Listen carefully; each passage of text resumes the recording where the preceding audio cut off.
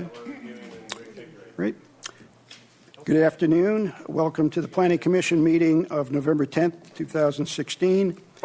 Ms. Rodriguez, would you call the roll, please? Commissioner Thompson. Here. Commissioner Schwartz. Here. Commissioner Lodge. Here. Commissioner Jordan. Here. Commissioner Higgins. Absent. Vice Chair Peugeot. Here. Chair Campanella. Here. Thank you. We next go to preliminary matters. Ms. Galarte, are there any requests for continuances, withdrawals, postponements, or addition of ex-agenda items? Chair Campanella, there are none. Okay. Are there any announcements or appeals? No, we have no announcements. Okay. Next, we'll go to comments from members of the public pertaining to items not on the agenda. I'll open public comment. Do we have any speaker slips or people willing to speak? We do not. Okay, hearing none, I'll close the public comment. Our next item is a new item, application of Mike Ramsey, Planning Manager for Santa Barbara Auto Group. And Ms. Grant, you'll be doing the staff presentation? Yes. Okay, thank you. Why don't you go ahead? Okay. Good afternoon, Chair Campanella and Commissioners. Today we're here to discuss a development project at 402 South Hope. The purpose of your review today is to review two discretionary applications. It's a development plan to construct approximately 4,200 square feet of non-residential floor area to an existing auto dealership, and then a development plan to allow construction in the PD, or planned development zone. Before I go into the discretionary applications, just going to give you a brief project description. So the project site is just located off the 101, off the La Cumbre Hope exit, and it's surrounded by three streets with Hope here, Real, and Hitchcock. This project site, just a little background, it's part of a larger specific plan, the Rancho Arroyo specific plan. Dates back to the 80s, and in 1986, there was an allowance for an auto dealership at this location, and in 86 was when Planning Commission approved the auto dealership that you see here today. Since the 80s, there's been two additions to this property. And currently, it is the campus for Mercedes-Benz and Porsche, which are located in this building here, and also the location and home to Audi and BMW. So what we're here to focus on today is the additions that are related to the BMW and Audi dealership sites. So highlighted in yellow is where the location is for the proposed view addition. It's approximately 3,500 square feet, and then approximately 673 square feet Audi addition that's outlined in pink here. And what these additions are, it's basically an expansion of their showrooms, and it's requirements that were set forth from the corporate offices of these dealerships to meet the new standards and specifications. So with this additions, because more than 500 square feet is involved, it does require that the project be in compliance with the city's Tier 3 stormwater compliance, and that's bringing the entire site into compliance. And because of that compliance, then there's some minor landscaping changes as well. And there's also an interior remodel associated with the project additions. Just going to go through a couple photos and the elevations. This is the east elevation as if you were approaching the Rail Hitchcock intersection. And really what they're doing, there's an existing exterior showroom sort of platform when we went out on the site visit. And what they're doing is just bumping out the walls. So when you see these exterior columns here, that's basically what the proposal is to expand the interior showroom. And this is just a comparison of what the existing east elevation looks like and the proposed. east elevation. This is from the north elevation, as if when you're driving along Hitchcock. And again, they're just going to be bumping out the walls, probably to those approximately to those exterior columns. And this is what it looks like in elevation view of the north elevation. And then the south elevation, it's a little bit more tucked away from the street, from view from Calle Real, and then it's just a minor addition to the Audi dealership right in this location right here. And this is the south elevation view, existing and proposed. As I mentioned, this is just a site plan of the civil improvements that are included in your set. Everything that's in these kind of brick crosshatch areas are all proposed locations for permeable pavers. And then there's some modifications in the green area for the landscape areas to allow for, to accommodate the runoff.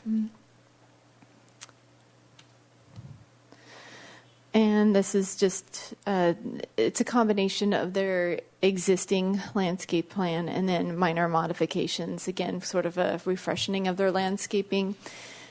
I did want to note that there are existing turf areas on site, and just breaking news as of last week, City Council, due to our drought, of new regulations coming up January 1st that if there's existing commercial businesses or single-family residential properties, that you can no longer water those areas. So I notified the applicant team of this requirement. It's not illegal to have turf areas. It's just you can't water them in the future. And so I think as this project moves into the final design, we'll work with the applicant team on what they want to do to those turf areas. So getting back to the discretionary applications, it's a development plan. And really the standards of review are compliance with the zoning ordinance, consistency with sound community planning, neighborhood compatibility based on the code's project compatibility analysis, and then consistency with the traffic management strategy. This is a site that has a base zoning of single-family residential, and then PD is planned development that allows for more flexibility, and in this case does allow for automobile sales and service centers. SD2 is just your upper State Street area. With all of these zones comes specific setbacks, building height, etc. The proposed development does comply with all the municipal code regulations. They're also associated with the municipal code. We have the non-residential growth management program, and there's certain categories into that program, and due to the square footage that's proposed, this is a site that does qualify for community benefit square footage, and City Council back in January did make that allocation for square footage. So out of this program, there's a few minor some square footage that will be part of the minor addition category to the max out the 1,000 square feet. And then whatever's remaining will come from the community benefit allocation. And there is still plenty of square footage left in that category. For the general plan designation, it's commercial, medium-high, residential. I included all the relevant general plan policies in your staff report outlined in Exhibit D. But staff found it consistent with the general plan. For neighborhood compatibility, we really work in close connection with the city's Architectural Board of Review. They're the ones that we look to for providing comments on mass, bulk, and scale and neighborhood compatibility. Back in August of this year, the ABR did meet those required findings, and it is outlined in more detail in the staff report.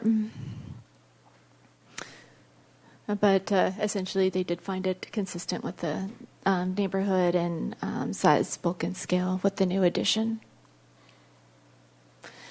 For traffic management strategy, transportation did do a traffic analysis of the project, and with the new addition, they determined that the project could result in an additional 5 a.m. peak hour trips and 6 p.m. peak hour trips using the existing city's traffic model. But when you distribute it across the network, they found that it would not result in a 1% increase or more for intersection capacity of the 27 identified future 2030 impacted intersections. It's a mouthful, but essentially that there are no issues with the proposed development. As far as parking, when we went out the site visit, what was clear, there's a lot of surface parking, but as you kind of go more to the interior of the site, there's some rooftop parking.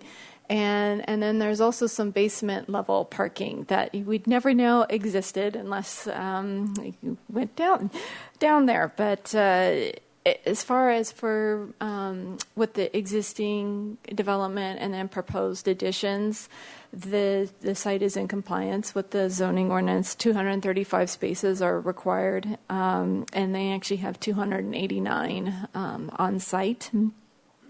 With this addition, they also included some more just on-site bicycle parking. Another thing that's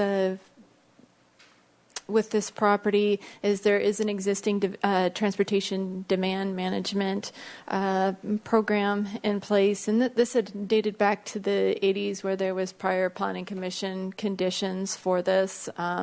There's been a few resolutions to date for this property. And just to highlight some of the items that they already have in place is they have carpool parking, they offer bus passes to employees, they have variable work hours, they have great shower facilities on site, an employee break room, and they also go over the requirements with SBCAG for looking at rideshare solutions and the emergency ride home program. Transportation felt that the existing program has been working fine, and the applicant can explain more during their presentation or question and answer period. For the development plan, the standards of review are very similar to our regular development plan findings, but again, the standards of review is for sufficient setbacks, appropriate hours of operation, outdoor lighting is not a nuisance, and compatible massing and architecture. Again, the project additions do comply with the setback requirements. The hours of operation for this facility are sort of the standard operation hours for the surrounding auto dealerships in this area. As far as for outdoor lighting, there isn't any proposed exterior lighting with this application, so continuing with the existing lighting that they have on site. And then as far as for massing and architecture, again, that the Architecture Board of Review made the project compatibility findings. For environmental review, the project we found that it's within the scope of the 2011 general plan and the adopted program EIR. And there are potential environmental effects that are addressed within our existing development standards, such as construction hours or noise requirements, design guidelines, Tier 3, stormwater compliance, etc. So based upon our review, we felt that the project did qualify for a CEQA exemption under Section 1583. So to conclude, staff is recommending that the Planning Commission make the recommended findings outlined in the staff report and conditions of approval, and to approve the project. As a landing slide, it's a lot of detail, but these are the findings that are made for the development plan and PD development plan as a reference when you continue through your discussion. That concludes my presentation. I'm happy to answer any questions. And again, we do have the applicant that are available to speak. Okay. Does the applicant have a presentation to make or want to say a few words? Your preference?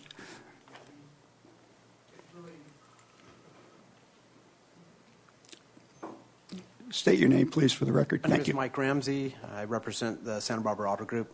And the presentation that was just given was pretty much, it is what it is. It's just a small showroom additions that we're doing and really not changing the look of the building. So if there's any questions that we can answer for you, that's fine with us. Okay, great. Well, we'll call you back up if the commissioners have a question for you directly. Okay. Do we while we're here, before we get into questions, are there any members of the public that wish to comment on this particular item? We don't have any speaker slips. Okay, I'll close the public comment then, and we'll take it back to the commissioners for any questions of staff for the applicant. Commissioner Jordan. Thank you, Mr. Chair. Ms. Grant, so I just have some questions about the parking. And so the information you forwarded out on the past, I guess there were TDM ordinances, the last one was done in 1988? Is that when the last revision was done? Does that sound right? I believe 88, and then there was, I believe, there was 86 and 88. Okay. And then do you know if there was more street parking available at that time? Say, was Calorial a one-lane street and there was surface parking along it? Commissioner Jordan, I don't recall. Okay.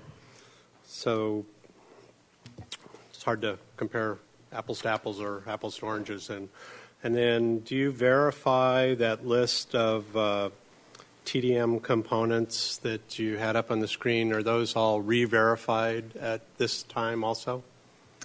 Correct. As part of our review during the development application review process,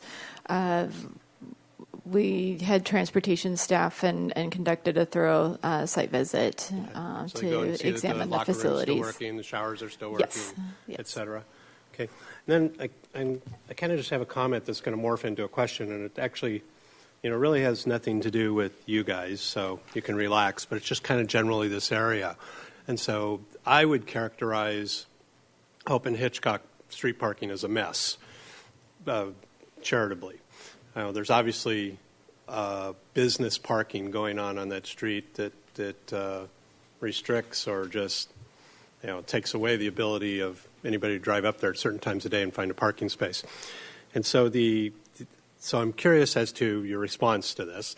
And so the application of what over decades has been the same methodology, that you have square footage and that leads to a parking requirement, and then also in some cases them or adjacent properties we put these TDM things in place, and then transportation says, in your words, that felt that in particular to this one, but it could be to any of that area, felt that the existing program is working fine, but then my perception is that the street parking is a mess.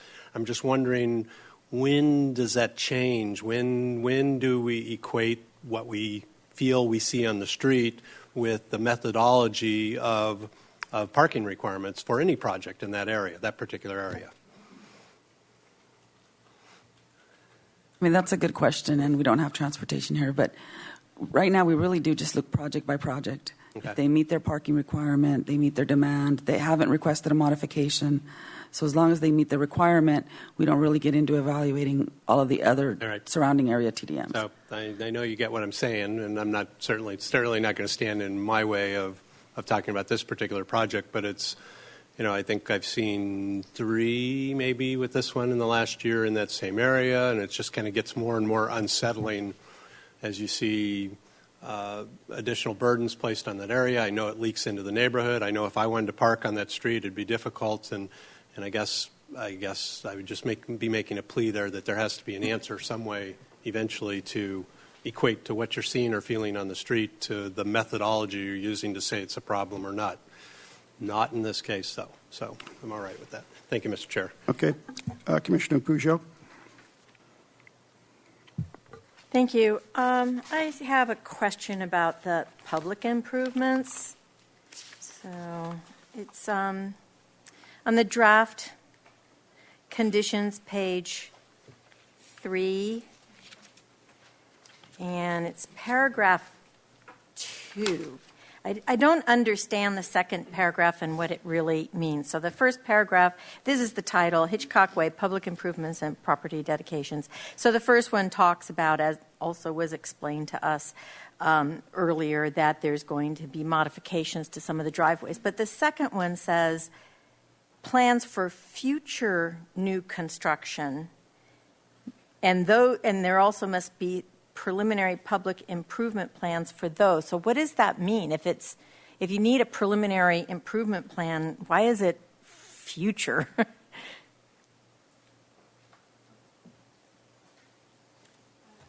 Chair Campanella, Commissioner Peugeot, during staff's review, we were requesting that the driveway aprons along the Hitchcock frontage be brought into compliance with the pedestrian master plan. As the site is being brought into this Tier 3 stormwater compliance, there may be the addition for some other driveways to be modified or modified in the future. And so it was kind of like a condition to comply with in the future that we would satisfy if there was going to be any more driveway aprons done, that condition complies. Does that make? So that means that based on the Tier 3 requirements and the final follow-up review of the Tier 3 requirements, there may be a link to needing another modification of a driveway, and that's the one you're talking about? Correct. That there might be some additional modifications when we move forward in final design. Okay. I think it could be more clear. Would that change the landscaping as well? No. Okay. I have one more question, and it's actually kind of links with. And Commissioner Peugeot, I did also want to add, so this part of where the sidewalk is, it's private property and some public for sections of this driveway apron. And so some of this is also to cover the acceptance of the irrevocable offer of easements. Oh, that's for paragraph the 3, though, isn't it? Yes. Yes, I understand Okay. that one. Okay. I understand that one. It's just Okay. paragraph 2. So my other question really kind of relates to some of Commissioner Jordan's questions that has to do with basically transportation demand management, the bicycle and pedestrian master plan and whatnot. So can you just briefly tell us again what the sidewalk condition is there and the sidewalk plan? And I understand that they might need to do the encroachments and all of that. But I'd also like to know where the nearest bus stop is. Okay, Commissioner Peugeot, to address the sidewalk and the relation to the driveway apron. So the driveway apron has just a general slope to it. What the modified would be, the modified driveway would bring that slope up to the sidewalk level. So if a pedestrian was walking across that driveway, it would be at the same grade as the sidewalk. So that's that question. And I'm trying to see if I can go back to. Let me ask it this way: is the sidewalk entirely approved to the prescribed objective for whatever the sidewalk width is in that area on all the frontages? Yes. Okay. And then the nearest bus stop? Nearest bus stop. I think there was one. Right. I thought I had it highlighted on Is here. it at the bottom of Hope? It's Hitchcock. At Hitchcock. And I'm trying to cover where my mouse is that. Look right about the location. I believe if from my memory, it's right in this location. Okay, thank you. Okay. Commissioner Lodge? Thank you, Mr. Chair. I know that the auto dealership has a program where you give bus passes and so on, but I wondered, do all the employees who drive cars park on site, or do some of them park on the street? Come to the...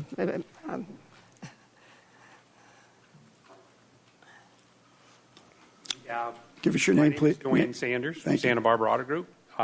We have some on-site parking for employees, and we have, then the majority are going to park on the street. At times, we have made arrangements with Earl Warren and shuttled employees in if there's been any street construction or anything that disturbs that. We have also moved a lot of our inventory off-site to make more room on-site for employees. We now have arrangement with the city of Santa Barbara at the airport. We have over 100 new vehicles stored out there to make room on our site. Oh, okay. So, and what about customer parking spaces, or do customers park on the street? No, customers park on site. That's the first thing we worry about, is making sure the customers can park on site. Okay. All right. Well, this is sort of related to the questions that Commissioner Jordan was asking, and the perceived lack of parking and a sense that employees are parking on the street. So some of yours on the street, some of yours do. Yes. There's not a way to get everybody on our site. Okay. Thank you. You're welcome. Then for Ms. Grant, are they supposed to provide parking on site for all employees, or no? Yes, they are required to provide employee parking and customer parking. Those are the priorities. And the associated with the inventory, and as I understood from Dwayne Sanders from the auto group, it does really fluctuate from time to time, and sometimes there's waves of inventory that come in that might be greater than, I guess, the other inventory amounts, and so sometimes there's maybe that temporary crunch that they have to accommodate. As far as for when we did do the parking analysis, we had them break up of what would be dedicated for employee parking as an exercise, as well as for customer parking, etc. But generally speaking, for these types of use, transportation does not like them to designate physically on site, to let them, the auto group, manage the parking accordingly. Okay, thank you. Schwartz, please. Thank you. Ms. Grant, to go back to a question Commissioner Peugeot asked you, I'm not sure I feel that there's a complete understanding on my part. So again, we're going back to the conditions of approval, Hitchcock Way, public improvements and property dedications. It sounded to me, so correct me if I'm wrong, that this is more of an anticipatory requirement if certain things are triggered based upon the stormwater management program implementation. Right? These construction improvements, construction or modifications to the driveways are not required up front as a part of the project we have before us today. Did I understand that correctly in terms of how you answering Ms. Peugeot? Commissioner Schwartz, the staff is requiring, at this time, just the modifications along the Hitchcock public the Hitchcock driveway aprons. So in the second paragraph, this is Right. what Ms. Peugeot highlighted. This is the what I would sort of describe as potential anticipatory additional improvements that you mentioned. That's so I correct. have a question about this kind of structure and a condition of approval in general. I'm not recalling, so help me with this, that in other projects where we have our stormwater management compliance, that we're anticipating potential additional improvements needed kind of on a speculative basis. I'm not understanding why this is incorporated into this project as an anticipated or potentially anticipated requirement. Yeah, is that Commissioner clear? Schwartz, I think it's just the way it's worded. It's so as this project goes through, as it finalizes its construction details, Right. and it goes through our building plan check process, it's just an understanding that they will submit the plans for whatever required improvements are necessary to the driveway. I mean, that's the way I read the condition. Okay, so so in summary, and as a reminder to me, is this now standard? I'm not recalling that this is kind of a standard component to our conditions of approval on similar projects where something could be triggered from stormwater management implementation. And then in connection to our circulation element, pedestrian master plan, and so forth that are referenced here.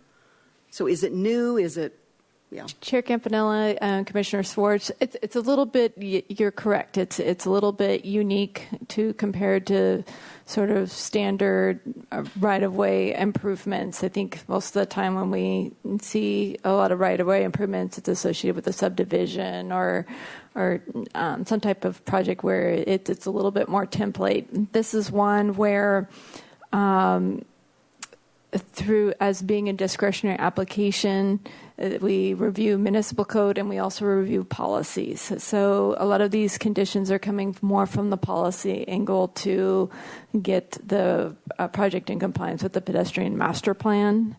And then, so that's why they're worded a little bit differently. And then with this Tier 3 compliance, again, because it's not in a final design yet, that's kind of like the second tier of our review. Okay.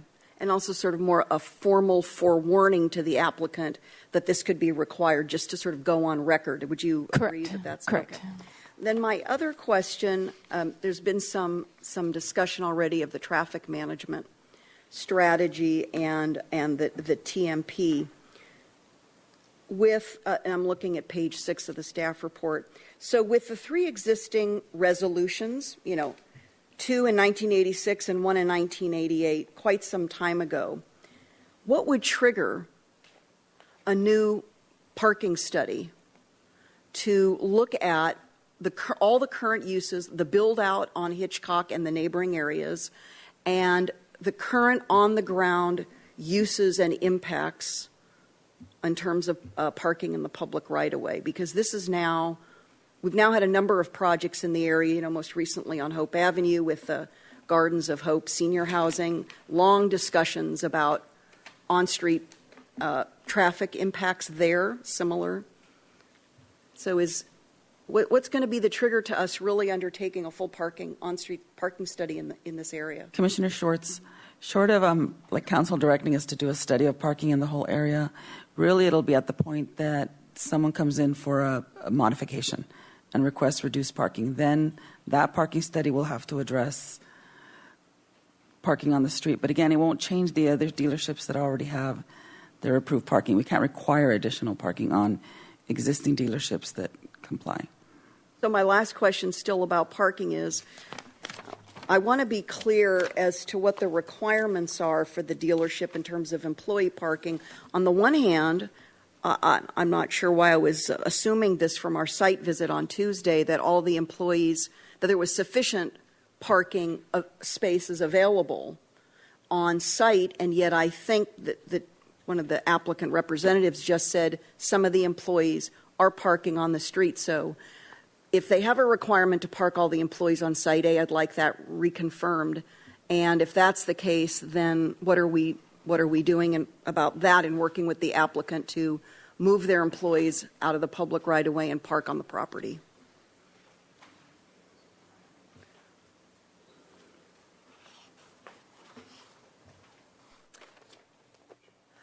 Commissioner, sorry, my hair's in my face.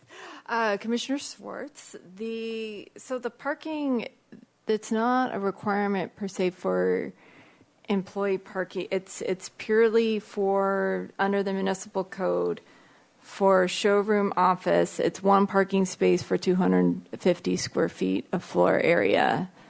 And then there's another requirement for service bay parking, which is one space outside for one service bay inside. So when we're looking from a pure zoning standpoint, those are the calculations that we're reviewing. So just in the interest of time, so I don't have to go back over these three resolutions, two from 86 and one from 88, is there no explicit requirement that they park that for those employees who are driving to work, that they're all parked on the property? Correct. There is no requirement. Okay. I think those are my questions. Thank you. Okay, Commissioner Peugeot.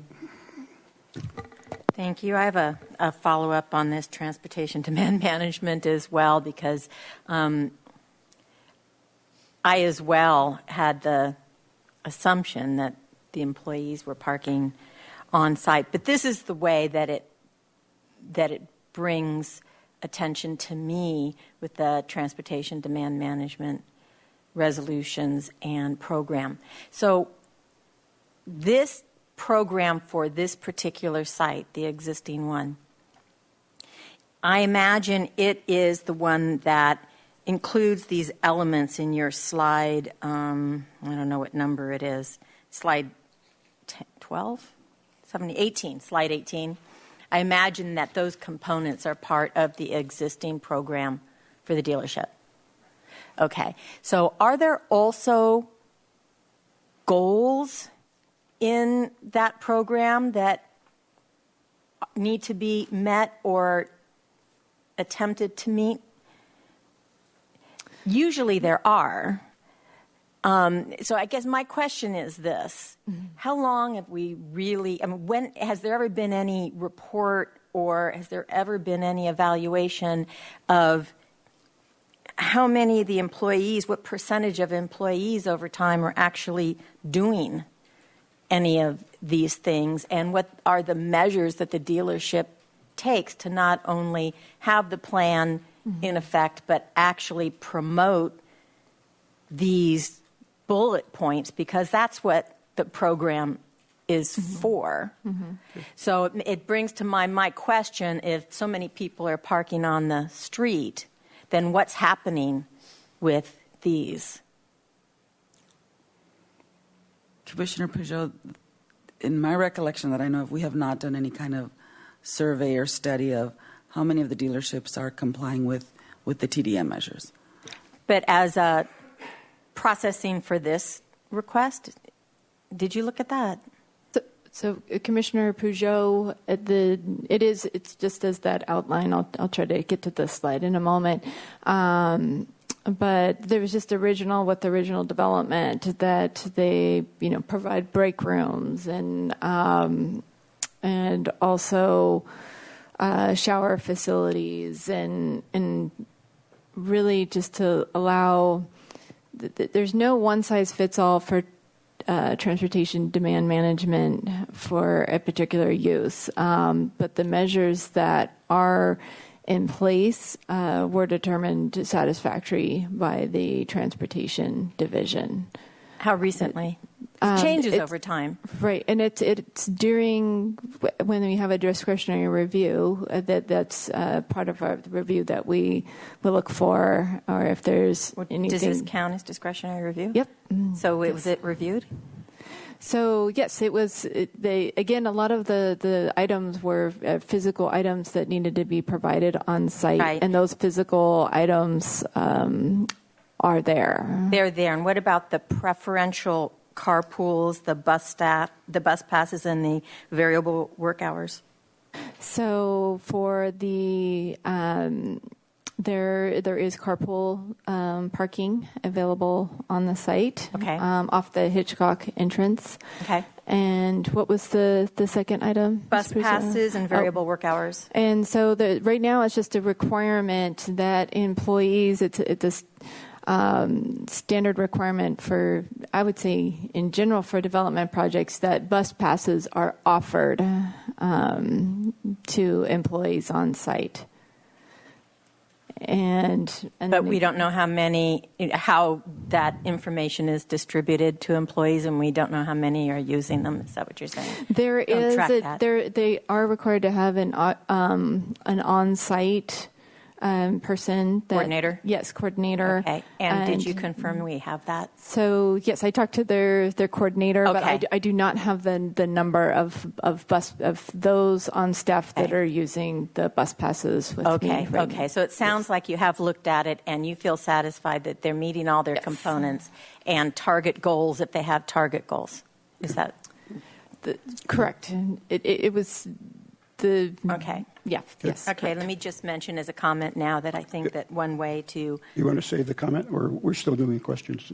just to get it out there right now is just one way to work on some of the parking impact would to be make that program more robust. Okay. Thank you. Okay. Commissioner Lodge? Thank you, Mr. Chair. Questions?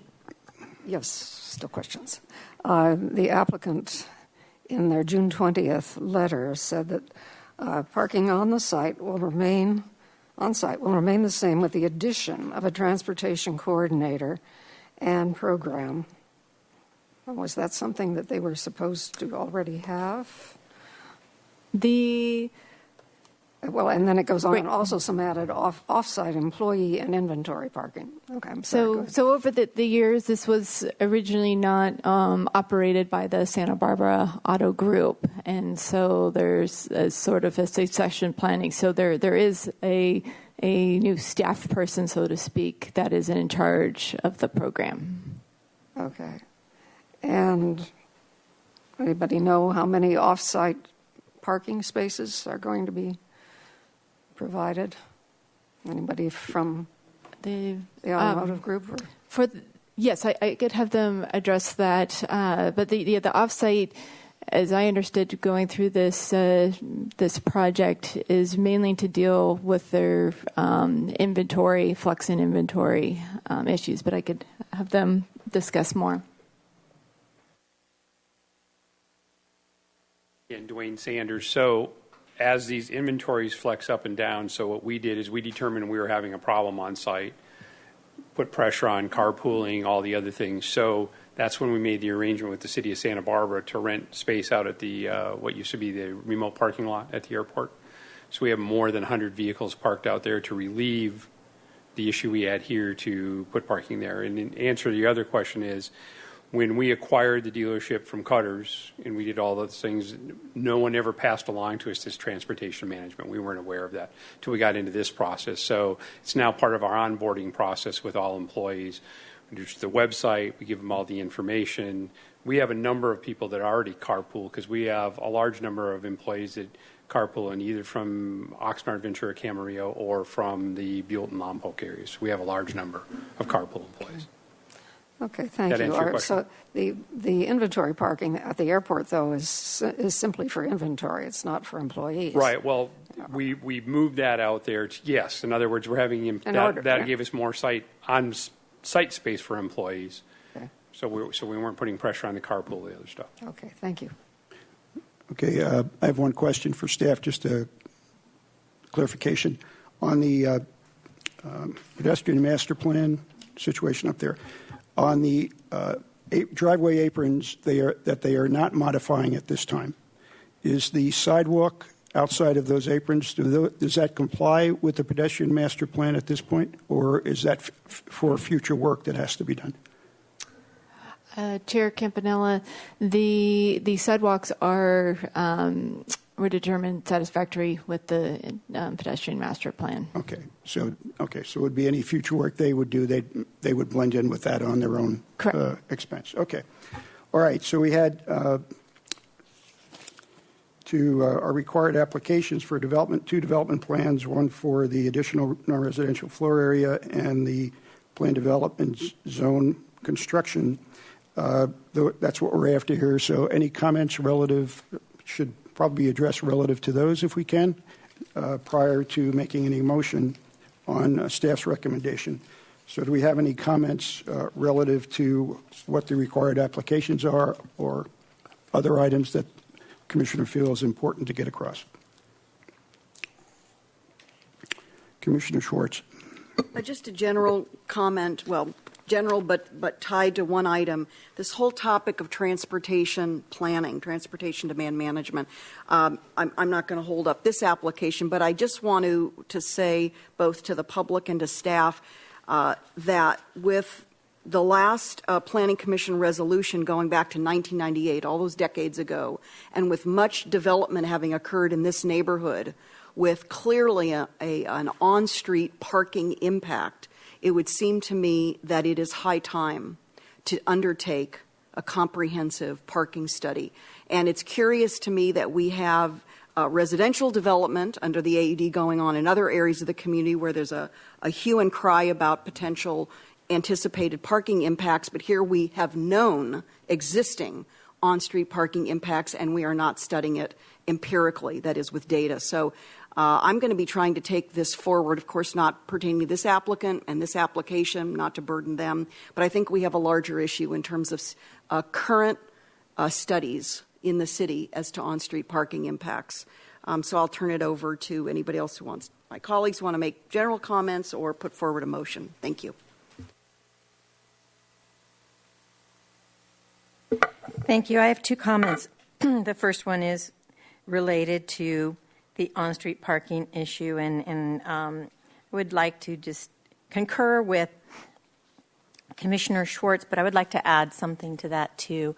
In addition to an inventory parking study for this area, since there are a lot of auto dealerships in the area, and I assume a lot of them have the same transportation demand management program requirement, that the effectiveness of those programs also need to be reviewed to look for the opportunities and the goals for those programs for the dealerships to perhaps do a little bit more aggressive work on reaching the goals, or maybe even higher goals than exist. So I would add that as to what Commissioner Schwartz said. So that's that comment. And I have a comment on landscaping. So on page 4 of the conditions, I think it's page 4. Yes. 2B. I think it's, wait a minute, did I get that right? It's the stormwater, Tier 3 stormwater requirements. Maybe, I'm not sure if I got that correct or not, actually, in terms of that condition. Page 2, stormwater. I think it's page 2 of the stormwater. Is that it? Yeah. On the top, number 4. Okay, yes. Okay, there it is. Yes, number 4. Thank you. We are requiring Tier 3 for this project. I understand that. What I would like to make as a comment is, at this point, and with your update comments earlier in the staff report, Ms. Grant, about the recent city action for the restrictions on turf and lawn, I would like to see this landscape plan revised to remove the turf. I don't see a compelling reason why turf in those locations are needed, and I think it's something that each and every one of us needs to do our part to to contribute to conservation of water in this situation. Commissioner Pujo, we have, since we've gotten that update from Jessica, we're working with Bob Cunningham and Arcadia to do exactly that. All the turf is going to be coming out and replaced with low ground cover, low water usage ground cover. Great. And I don't know where we're going to go with motions, but I would recommend that we add that to one of the conditions to make sure that that's complied with. Thank you. Okay, comments, Commissioner Jordan. Thank you, Mr. Chair. So I pretty much agree with everything that's been said, and I think what I think if what I'm hearing that I'm agreeing with is accurate, is that we have a little more concern with the methodology in this particular application of a certain number of square feet and a certain number of service bays equals a certain number of parking spaces that are supposed to then take into account for public and employee parking. It's not illegal to park on the street. It's just your math is supposed to lead to something that doesn't end up looking like it does on Hitchcock and Hope, in my opinion. I think I called it a mess. So, it's clear that they're within scope of what they're doing.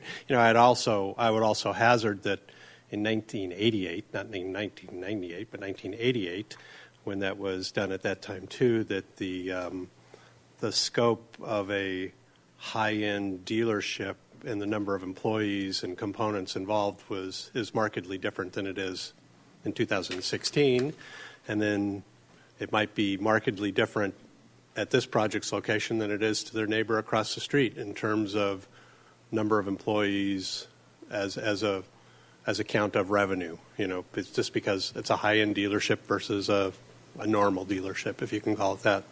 So I think my concern is more that the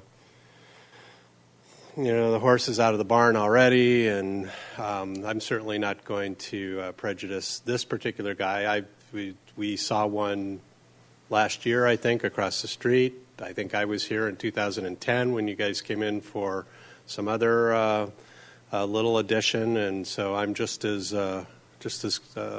much a part of the problem up till now as keeping looking at that street and saying I think there's a problem, and listening to the answer that I think that staff is struggling with is that the answer to the questions about the concerns doesn't really sit well with somebody who just looks at the street and says, well, it's not working.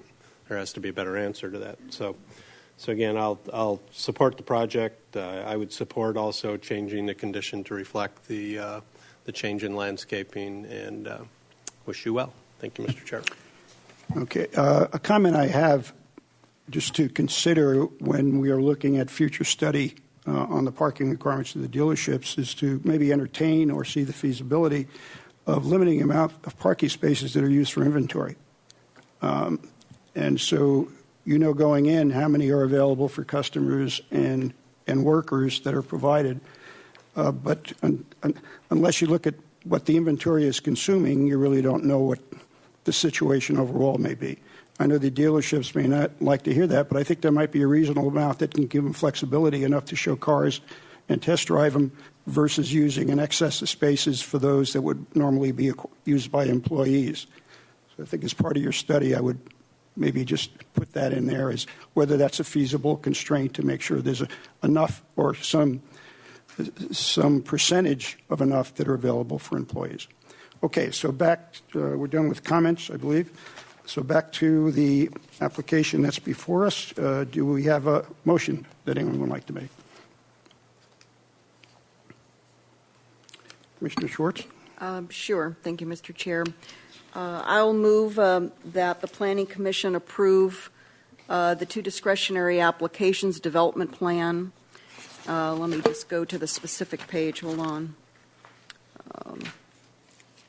The two required applications that are mentioned on the first page of our staff report, along with the findings in Roman numeral 8, page 7 of the staff report, and with one change to the conditions of approval, we found on page 2, item 4, stormwater pollution control and drainage systems maintenance, and that is a requirement for the complete removal of the natural turf on the property as part of the new landscape plan.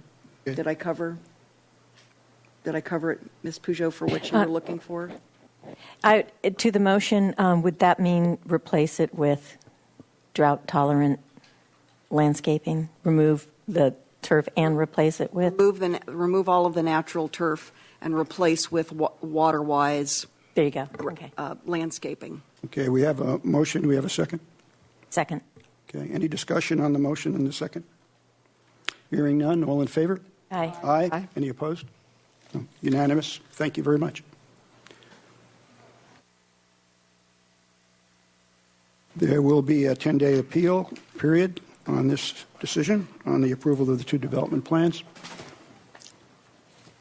Okay, what I think what we should do, folks, if it's okay with you, we'll go into the second item that we have, the second new item, and then see how we do, and maybe take a break prior to number 3. Is that fine? Because number 3 may take us a while. Okay. All right. So, much, Ms. Grant.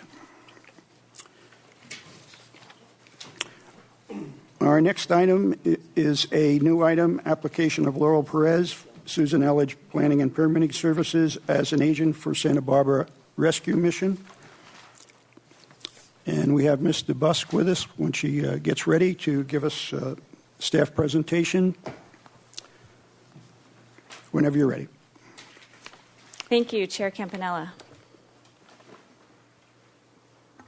As you mentioned, this is a project for the Rescue Mission, which is located at 535 East Yananali Street.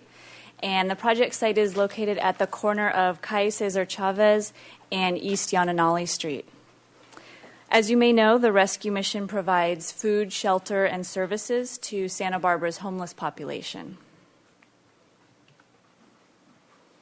The project request is to reduce the parking at the Rescue Mission.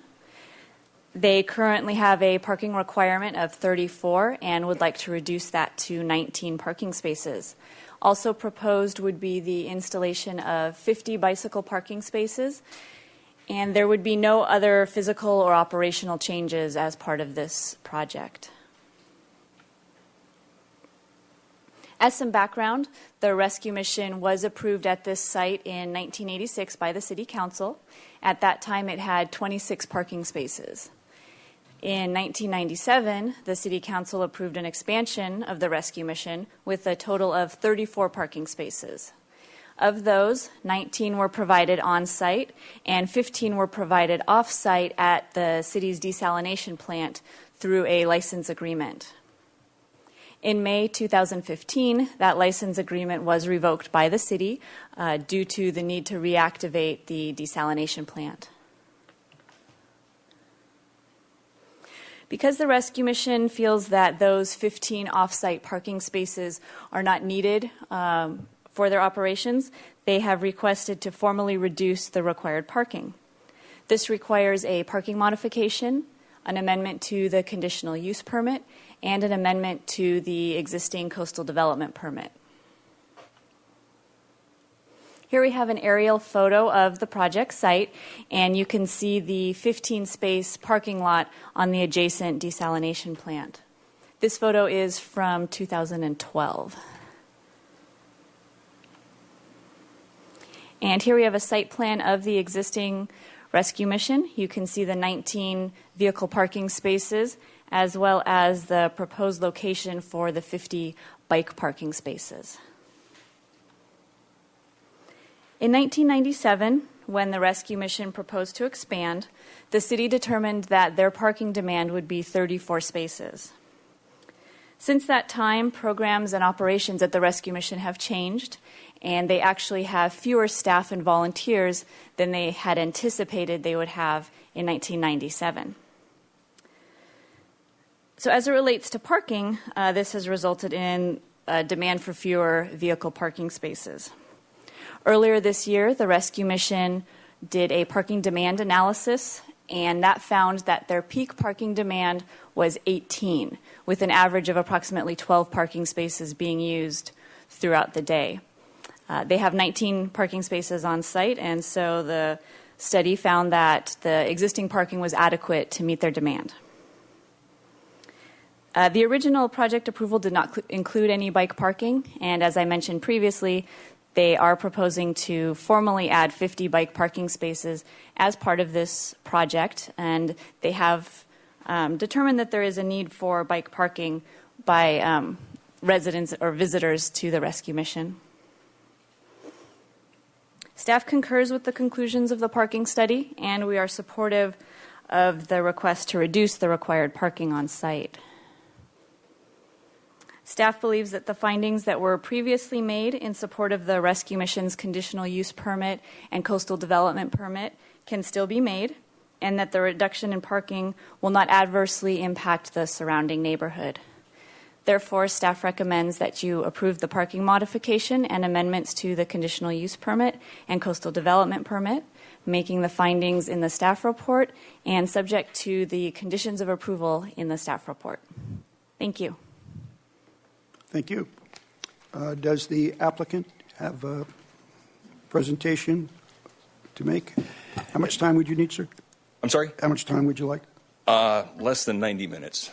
No, about How 3. much less? Thank you very much. How about 10 minutes, or is that okay? That would be fine. Thank you. Well within that. So thank you very much, Chair Campanella. Good afternoon. I'm Rolf Geiling, President of the Santa Barbara Rescue Mission. Just want to introduce a few people, as this has truly been a team effort. Seated there, Mr. Ian Ritchie and Kaya Jordan, both members of our board. Tim Malloy, the Director of Operations at the Santa Barbara Rescue Mission, and then at the end is Lloyd Johnson of Tynan Group. Tynan is our retained project manager on this project. To give you just a little bit of background, the Rescue Mission is a 100% privately funded organization that meets a critical community need. We're the only organization between Santa Maria and Ventura that provides emergency shelter, no questions asked, 365 days a year. We're also the only place in the county that offers a 12-month state-certified residential treatment program to anyone who does not have resources and needs to break the cycle of addiction and repeat incarceration. Any given night in all our locations, if you count up, we have over 200 people under our roof. And we have done this for 51 years, 30 of them at our facility on Yannon Alley Street. Conservatively, we estimate that over 3 million meals and 1.65 million nights of shelter have been provided on Yannon Alley Street, which brings forth the need for an extensive remodel of our property. We need to perform necessary seismic upgrades, make sure everything is ADA compliant, and basically replace all major systems from the wear and tear they've endured. And we do that in order to maintain services that the community relies on us to provide. The staff report has been very comprehensive, so I really don't feel like I need to go over much detail there. Just want to emphasize a few items. The work that organizations like ours do in the community is extremely necessary, and as I know you're aware, there is significant concern to the impacts on the surrounding communities, given the fact that we deal with individuals in crisis. And we hope that the letters of support that have been submitted from some of our neighbors give you the confidence that we are aware of this and we manage it appropriately and work with our community to do so. As we discussed on Tuesday during your site visit, and also in the documentation you received, in 1996, all of our operations as an organization were housed at the facility on Yannon Alley Street, and those were performed by 30 employees. In 2006, we relocated our 24-bed women's treatment facility to Arriaga Street, along with 6 staff. And so that's additionally, office automation and other measures of efficiency have allowed us to reduce our payroll to where it now stands with 18 employees at the Yannon Alley site. And the maximum we would ever have on site at one time is 12, and of those, not all of those drive. So the parking study that Allison referred to demonstrates that we can adequately serve our regular operations for employees, visitors, volunteers, and others who might show up with the 19 spaces on site. And we hope we've provided you with sufficient information to approve the parking modification accordingly. So, as I said, beyond these points, I don't wish to represent the report you've already received, but would be eager to provide clarification and speak to specific questions that you might have. And so with that said, I'd like to make one last introduction of Laurel Fisher Perez of Susan Elledge Planning and Permitting Services, who facilitated this submission on our behalf. So, Laurel. Thank you. Good afternoon, Commissioners. Laurel Perez with Suzanne Elledge Planning and Permitting Services, and I, too, don't have much to add. One point of clarification, Rolf mentioned the pending remodel of the facility, and that's under a separate permit. I think you're all aware, I think that was discussed in the staff report, but wanted to make sure you understood that the pending remodel building permit is not necessarily associated with this parking mod, although we do need to have approval of the parking modification before a building permit could be issued for the largely interior remodel. I want to thank staff particularly for getting us to you so quickly. It's been a long road for the rescue mission in trying to secure permits for the remodel, and I greatly appreciate the effort that staff put into providing a very thorough, comprehensive staff report and getting us to you in such short notice. We believe you do have the information you need to make your findings for the parking modification, as well as the associated amendments, and particularly the relocation of the women's facility, the reduction in staff, as well as volunteers, along with the parking survey data, all help to make those findings. And we're available for any questions you may have, and we appreciate your consideration of our request. Thank you. Okay, thank you. We have one speaker slip. It would be okay. Okay. If it's okay with the commission, we have one speaker slip. Rob Fredericks. Good afternoon, Chair Campanella, Planning Commissioners. My name is Rob Fredericks. I'm here as a friend of the rescue mission and not wearing my hat, my official Housing Authority hat on, although I believe my opinion would be in alignment with the Housing Authority Commission. The rescue mission, as Rolf explained, is truly a mission of hope. They've been and continue to be an essential partner in our community in serving the most vulnerable, providing shelter, food, treatment services. And we, as the Housing Authority and the groups that I work with, could not be as effective without the work that the rescue mission does. And they've been a good neighbor to the community for over 30 years and in the East Beach neighborhood.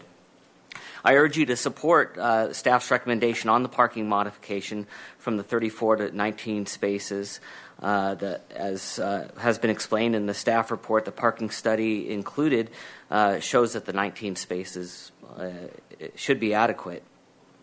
I also just want to point to some of the Housing Authority's past developments that your Commission had the foresight on allowing parking reductions for special needs populations. El Carrillo, some of you were at the 10-year celebration recently. That's 62 units serving homeless, moving people directly from homeless, some from other facilities like the rescue mission. That 62 units only has 17 parking spaces. That was a 72% reduction, and it's still overparked, in my opinion. If you go by there, the parking's not needed. That population, they don't generally come with vehicles. And then Garden Court is another good example, 98 units with only 27 parking spaces. That was a 59% reduction in what would have normally been required under zoning. Again, because the Planning Commission had the foresight looking at the end user population. So thank you. I urge you to support staff's recommendation. Okay, thank you. We also received 2 letters of support for the parking modification from Sharon Donahue, who is a Chief Operating Officer of a company on right by this on Cesar Chavez, and likewise Michael Holliday, who has a business nearby as well. Are there any other speakers in the audience on this? If not, we'll close public comment and take it back to the commissioners for questions of staff or the applicant. Commissioner Jordan. Thank you, Mr. Chair. So I just have one question for Mr. Geiling, I think, and that's if there isn't now, there certainly is going to be increased pressure put on certainly organizations like yours to address where those living in recreational vehicles will park either during the daytime, overnight, or for extended period. And so with the reduction in parking, you guys would have no plans to get into that type of business?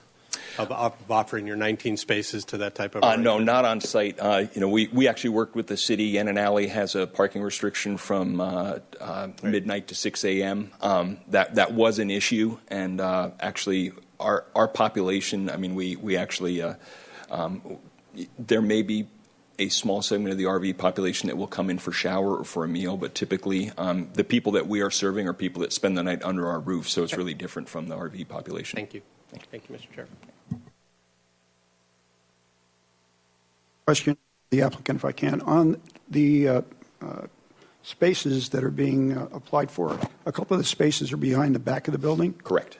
Are they available for use, or is that a permanent access, storage, drop-off for delivery trucks and things like that? We have 3 vehicles.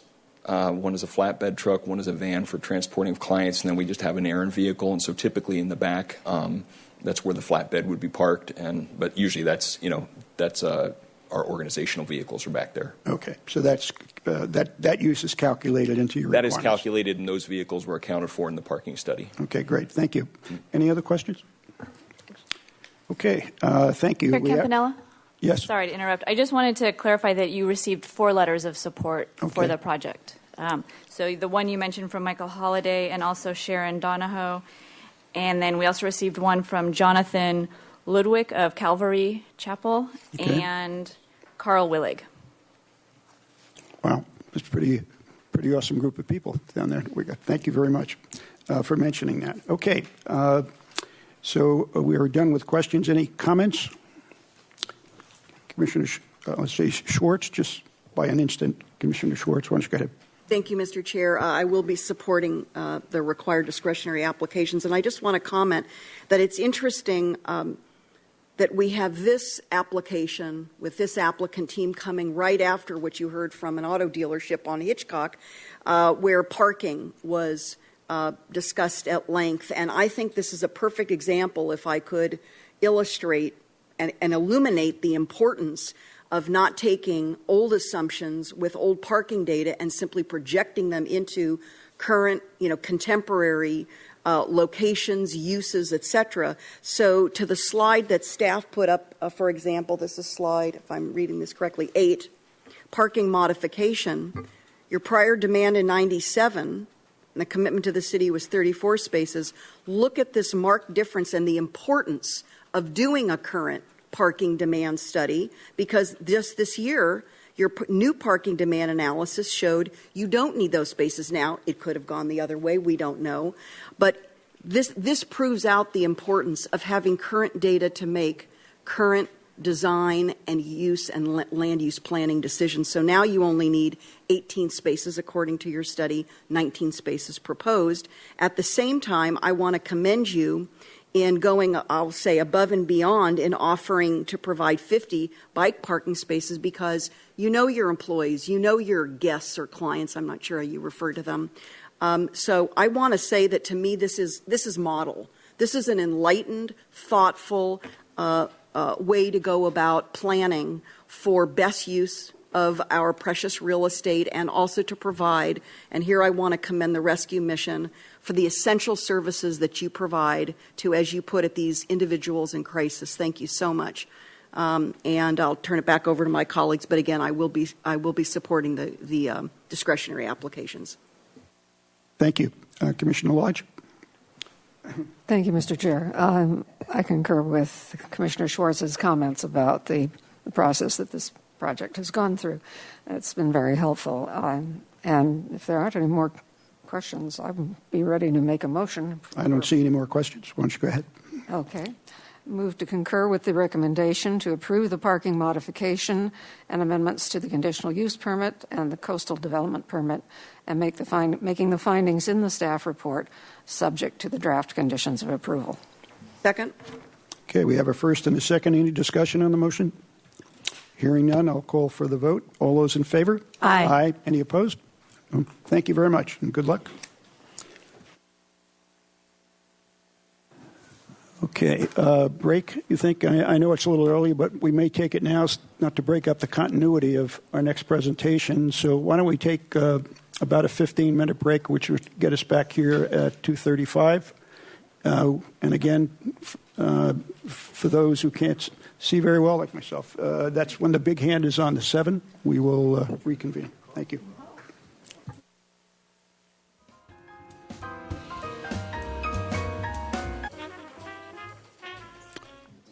Okay, we are reconvening our Planning Commission of November 10th, 2016.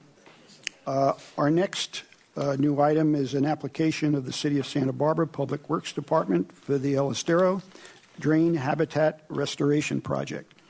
And we would start with a staff presentation by Mr. Greer. Is that correct? Okay, thank you. Why don't you go ahead? Chair Campanella, Commissioners, good afternoon. The project we're going to talk about is the El Estero Drain Remediation and Habitat Restoration Project. Has a little bit of a history. Sure, please.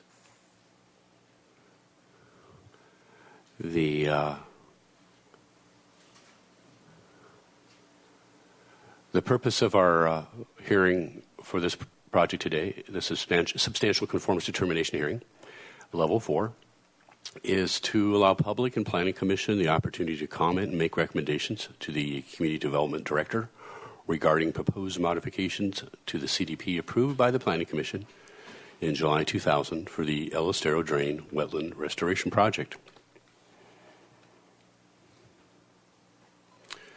The process will include a brief history and a description of changes to the project, a request for input from Planning Commission and the public for comments and recommendations to the Community Development Director.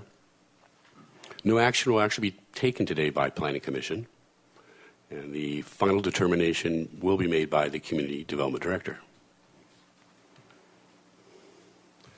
The project location is to the southern border of the El Estero wastewater treatment plant. The site is to the north of the railroad corridor. Directly to the west is the Laguna Channel. And of course, we can see the southern portion of the wastewater treatment plant. And to the east is a part of a property owned by the Parker family. The project history, briefly, the property was acquired by the Public Works Department in 1998 from the Parker family with the intention to use it for an expansion to the wastewater treatment plant. Work commenced to remove trash and debris that had been dumped by trespassers and or had been generated by homeless encampments over the years. That work included vegetation removal, which was within a drainage ditch that ran along the northern boundary of the property. After that work occurred, Public Works was notified that by the Community Development Department that the vegetation removal required a coastal development permit. Also, the U.S. Army Corps of Engineers determined that work had impacted jurisdictional wetlands, and responsible agencies determined that the Pacific pond turtle habitat had been impacted. At that time, the Pacific pond turtle was called the southwestern pond turtle, so in some documents you'll see that reference, but it's the same turtle, didn't change, just different name. The coastal development permit to address the wetland restoration and the Corps of Engineer violation for the impact to approximately 2,600 square feet of wetland was approved in July 6, 2000. That was after lengthy consultation and coordination with Fish and Wildlife, Coastal Commission, and the Army Corps, Creeks as well. The Wetland Restoration Plan was approved by ABR on May 13, 2002, and the restoration project commenced in the summer of 2002. The major components of the 2000 Coastal Development Permit included the following: a restoration of impacted wetland at a 4-to-1 ratio, enhancements to create additional Pacific pond turtle habitat on the remainder of the parcel, new drain realignment deepened and widened from the original location and depth of the drain in its previous location. Oval culvert to the Laguna Channel with the turtle ramp was also part of that approval.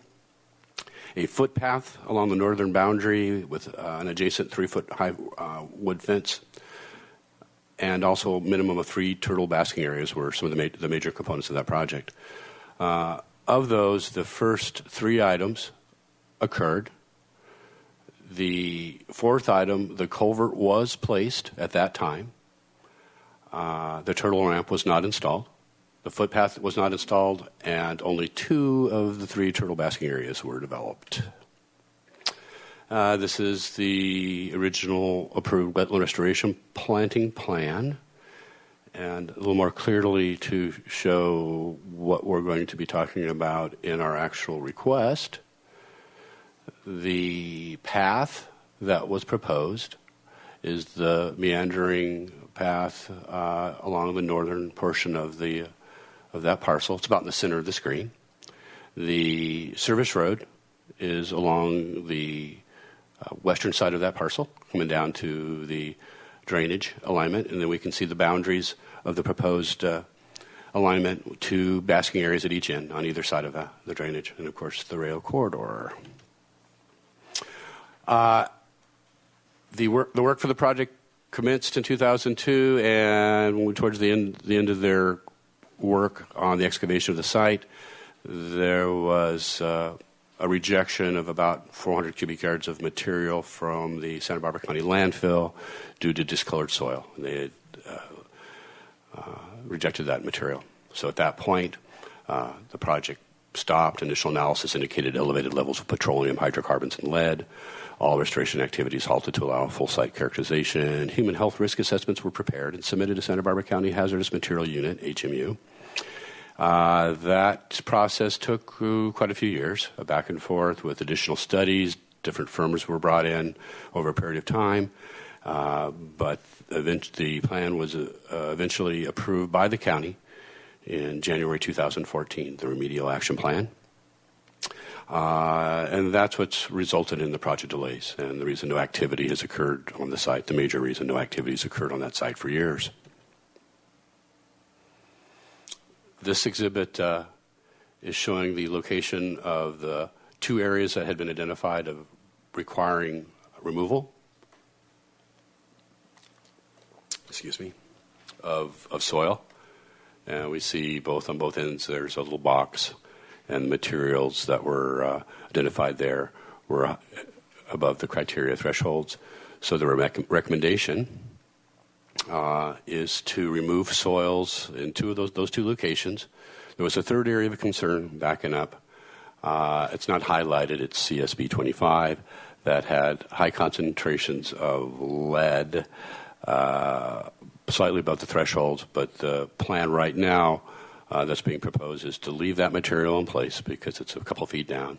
And the recommendation is just not to disturb that. There doesn't appear to be any reason to go into that area at this time. So again, as indicated in this slide, the RAP recommends not disturbing the contaminated soil in that 3rd location. Real briefly, and I'm going to allow the consulting team and Public Works to talk more in detail on the project history and some of these areas of concern. But the analysis indicates those 2 areas would probably have to go maybe to a depth of 3 feet and about 10 by 10. That material would be spread out. They would determine how much of the material actually has to go, if any, to an actual certified waste facility, hazardous waste material. It may meet a classification that it can go to something other than at that higher level. Planning staff's been working with Public Works staff, Creek staff, and others on the project to make sure that the project is consistent with the original CDP approval.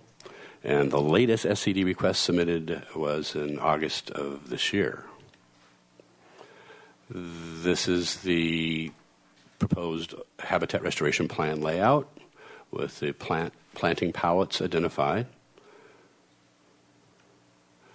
And again, so the request today regarding the current design presented by Public Works is to get input from PC, Planning Commission, regarding exclusion of the meandering footpath due to security issues, installation of a wrought iron security fencing in place of the 3-foot-high wood fence, utilization of permeable pavers for access road surface instead of decomposed granite in order to capture stormwater and create turtle visibility, and also to create an 8-foot by 8-foot non-vegetated work area using mulch only surrounding the sewer manhole that's located at the westerly end of the drainage, just in front of the culvert opening. Organizations and agency coordination. The agencies that have been consulted with have included the Army Corps of Engineers, California Department of Fish and Wildlife, California Coastal Commission. Organizations consulted include the Environmental Defense Council and Urban Creeks Council. And the next steps are the implementation of the RAP and to follow the process outlined by the county in implementing that RAP, that remediation action plan, and also require ABR approval of the revised Wetland Restoration Plan. And California Department of Fish and Wildlife will also have to approve and issue a streambed alteration agreement as well. So again, this is the request to PC. And with that, I'm going to turn the presentation over to Public Works and their consultant, to Sarah Iza and Brad Rahr and Greg McGowan working for Arcadis. Okay, thank you, Mr. Greer. Ms. Iza, are you starting? Okay, thank you. Whenever you're ready.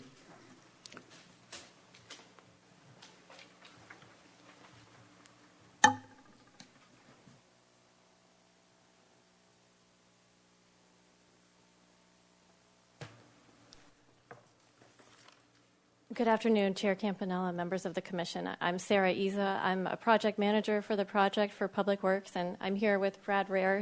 He's our acting, I'm sorry, help me with your title again, Wastewater Collection Systems Superintendent, along with Greg McGowan. He's our consulting biologist. He's a principal biologist with Arcadis. We've been working together on this for the last 3 years, but of course, you know, the project goes way much farther back. So I'm going to go through a few slides. A lot of them may be repetitive, so I may skip through them, but please ask me any questions, or our team any questions as we go through it or at the end. We're excited to move forward with this project. It's been a long time in the making. Of course, we had some delay due to the discovery of contaminated soils, but we feel the project as it is today is an exciting project, and it includes input from all of the stakeholders that we've been meeting with during this process. And, of course, we appreciate your feedback as we move forward through the SCD project process. So, again, this is the project site. Stephen talked about the restoration plan. I'd like to call to your attention some construction photos where we began construction in 2002 after the approval. This was before the discovery of the contaminated soils on site. This is a view looking east, and you can see we began grading the channel. This is looking west. You can see the railroad fence on the left, again, before the discovery of the contaminated soils on site.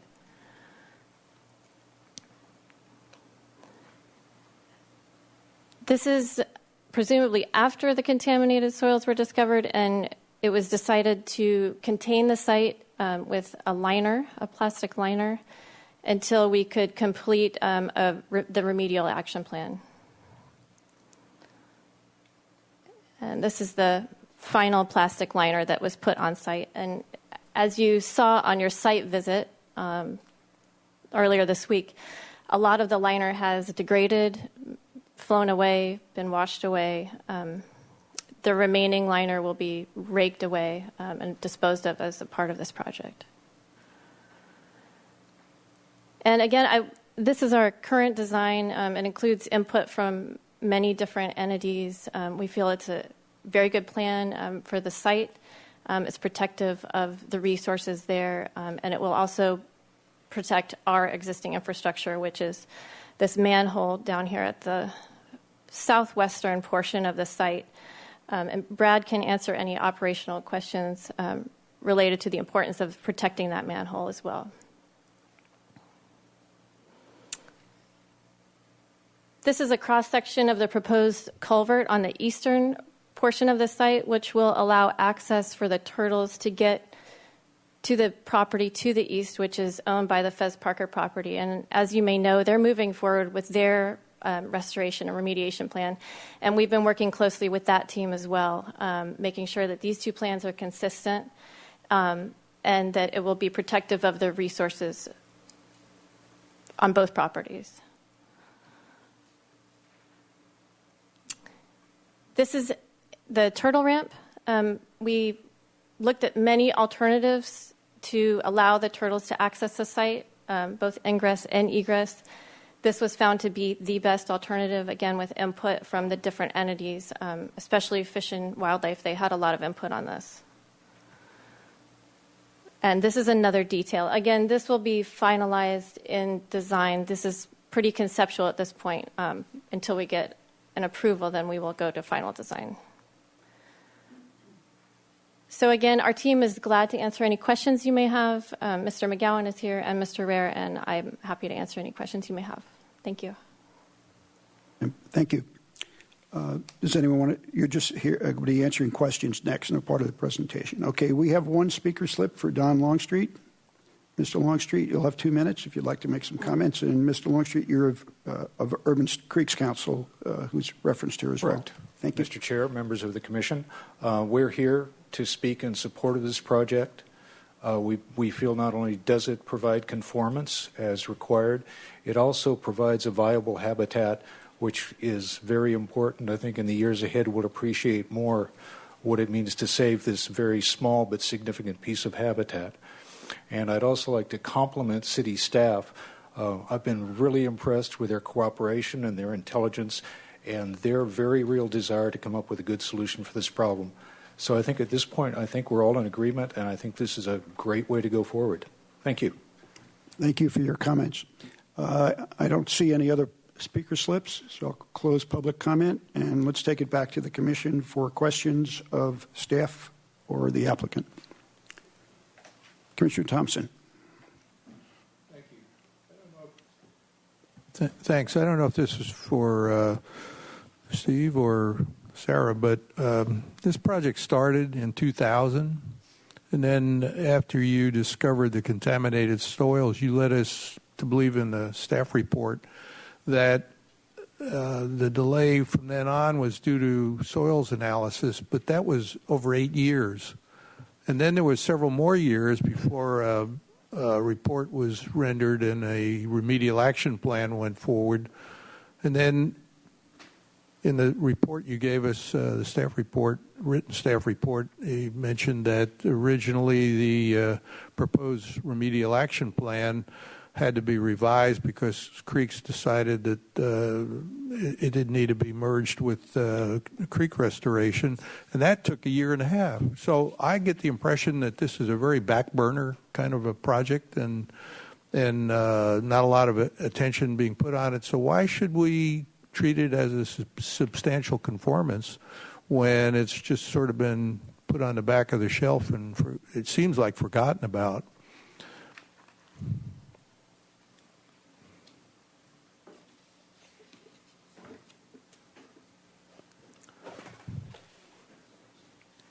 And while you're digging up stuff, I'll point out that normally on a CDP, we don't just keep extending them indefinitely. Their maximum extension is 3 one-year extensions to a 2-year plan, so that would have expired a long time ago, given there was no work being done.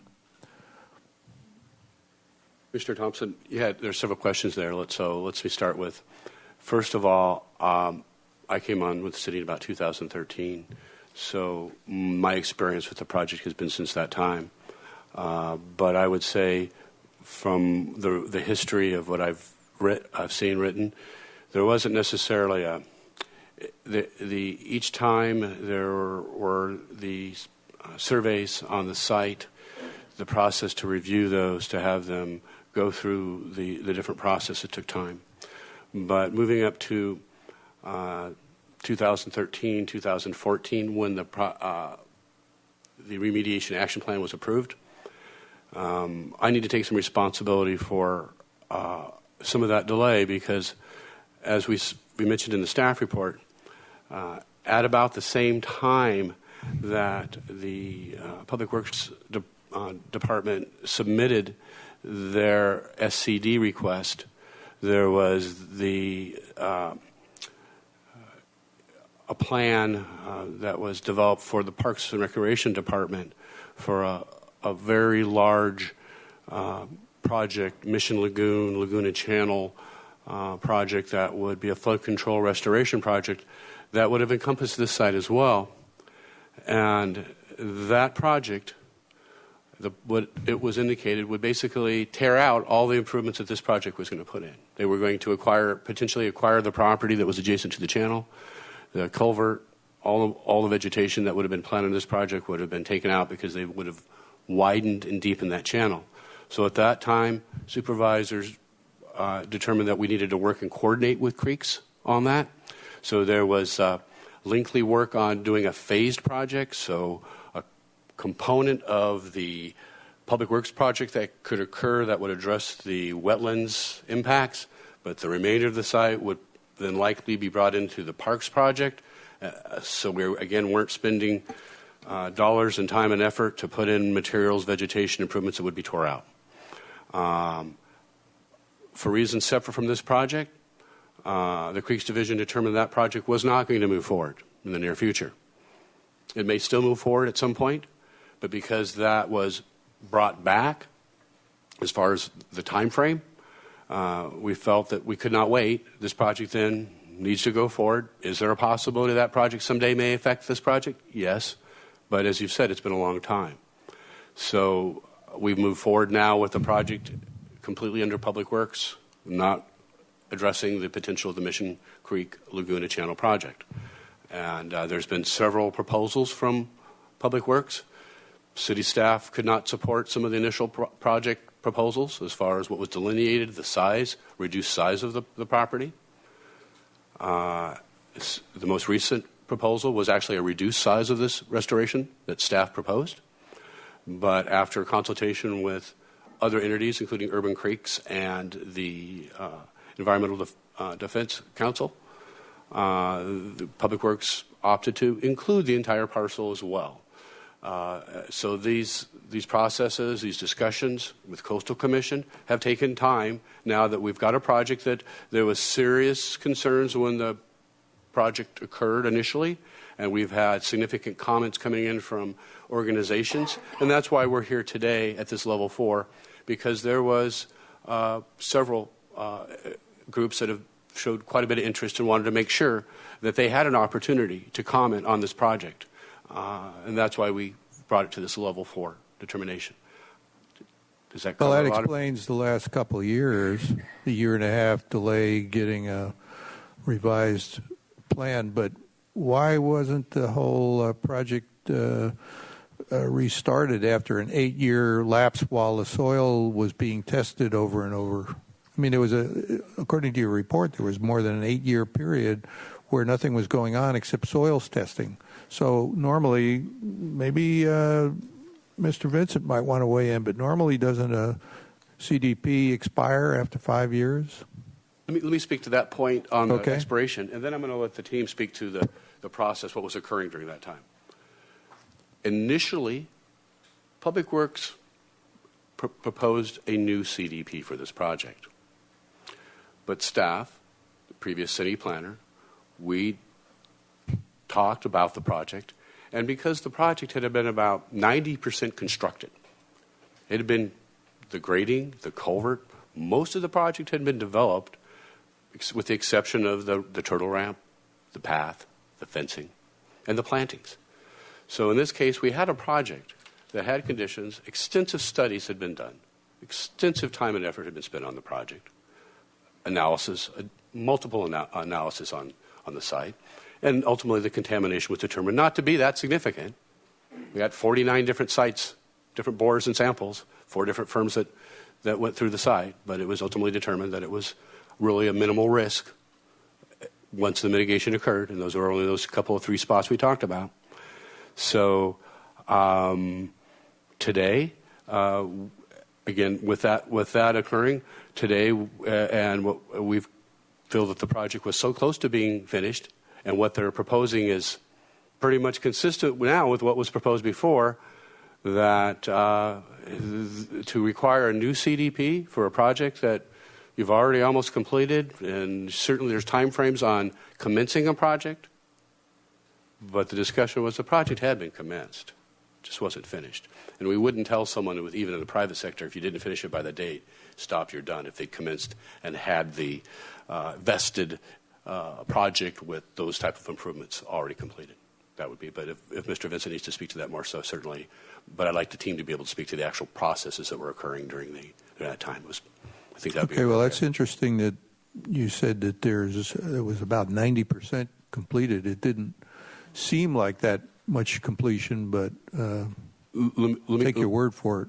Let me make a clarification. When I refer to completed, I refer to the actual grading and infrastructure. Well, a lot of that was completed before the CDP was issued, right? No, that's not true. None of that was completed. I thought the site was graded before the CDP. No,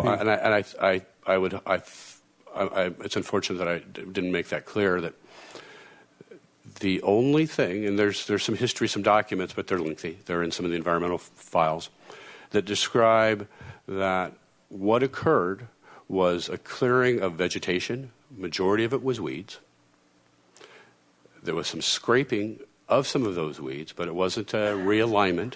In fact, there are pictures that we haven't included that show the actual condition of the ditch after it was cleared, still intact, and at that time there was actually vegetation coming back in, and the reports describe that when they went back to the site, the ditch was still there, but the problem was that there were some cattails in a portion of that ditch.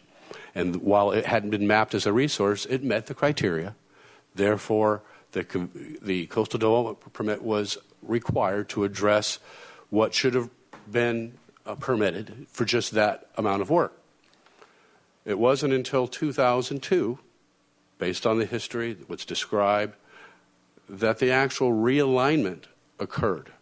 So those pictures you were seeing, based on the history, the staff report, what we see was that all work ceased, went to Planning Commission in July 2000. A plan was approved. Additional conditions were placed on that based on comments that came in. That plan was modified, then approved in 2002. That 2002 plan received final approval by ABR in May of 2002. Public Works moved forward with the project. Just about finished the excavation and grading. One of the exhibits that I think the team will bring up shows the as-built conditions after work started, and then towards the end of that construction is when they hit the contaminated soil. So when I say 90%, what I mean is the only thing that's still going to occur today as far as grading is the additional basking area that will be excavated and the turtle ramp.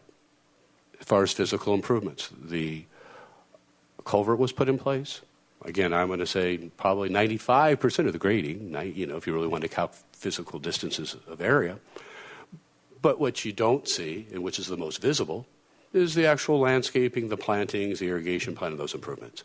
So certainly not 90% of the vegetation has occurred, but as far as the physical improvements on the site, that's what I was referring to. Okay, thank you. Chair Campanella, Commissioner Thompson, I have almost the same history as Stephen. I was brought on this project in 2013 as well, so I can't speak to the previous years other than what I've read in the record.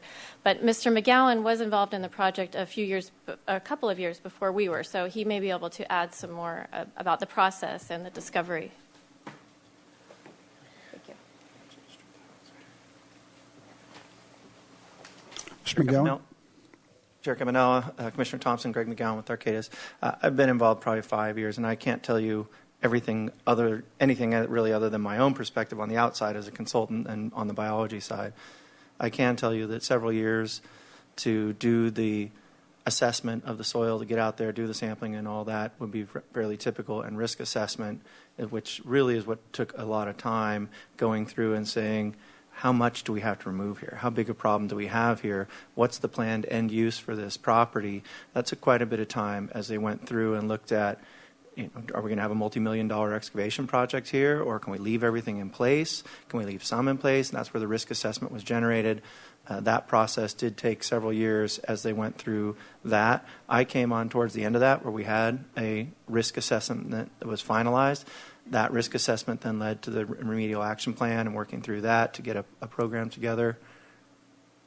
And then worked through that. A couple other just examples of some things that took time.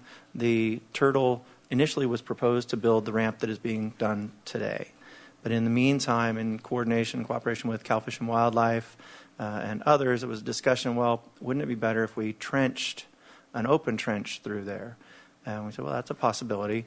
That drew in a title search and land use because it wasn't exactly clear who owned where that white van is parked in the picture. And so there was some thought that that was not city property. So we looked at alternatives going around that, moving it up farther. That process would have required an overland. There's an analysis of 4 or 5 different options to get turtles onto the site. That process would have required them to wander overland. Cal Fish and Wildlife said, we think that's good, but we'd like to hear from some other professionals. So we worked with another professional biologist who's recognized as knowing a lot about the turtles and that sort of thing. So that took a month, 2 months. So I'm not saying that for the whole 5 years or anything, but that sort of process, we were prepared to come to your commission here several months ago, I think. But then we talked with the Coastal Commission and Environmental Defense Council, and they said, wouldn't it be nice if we made this deeper over here? And so we went back and re-engineered that component of it.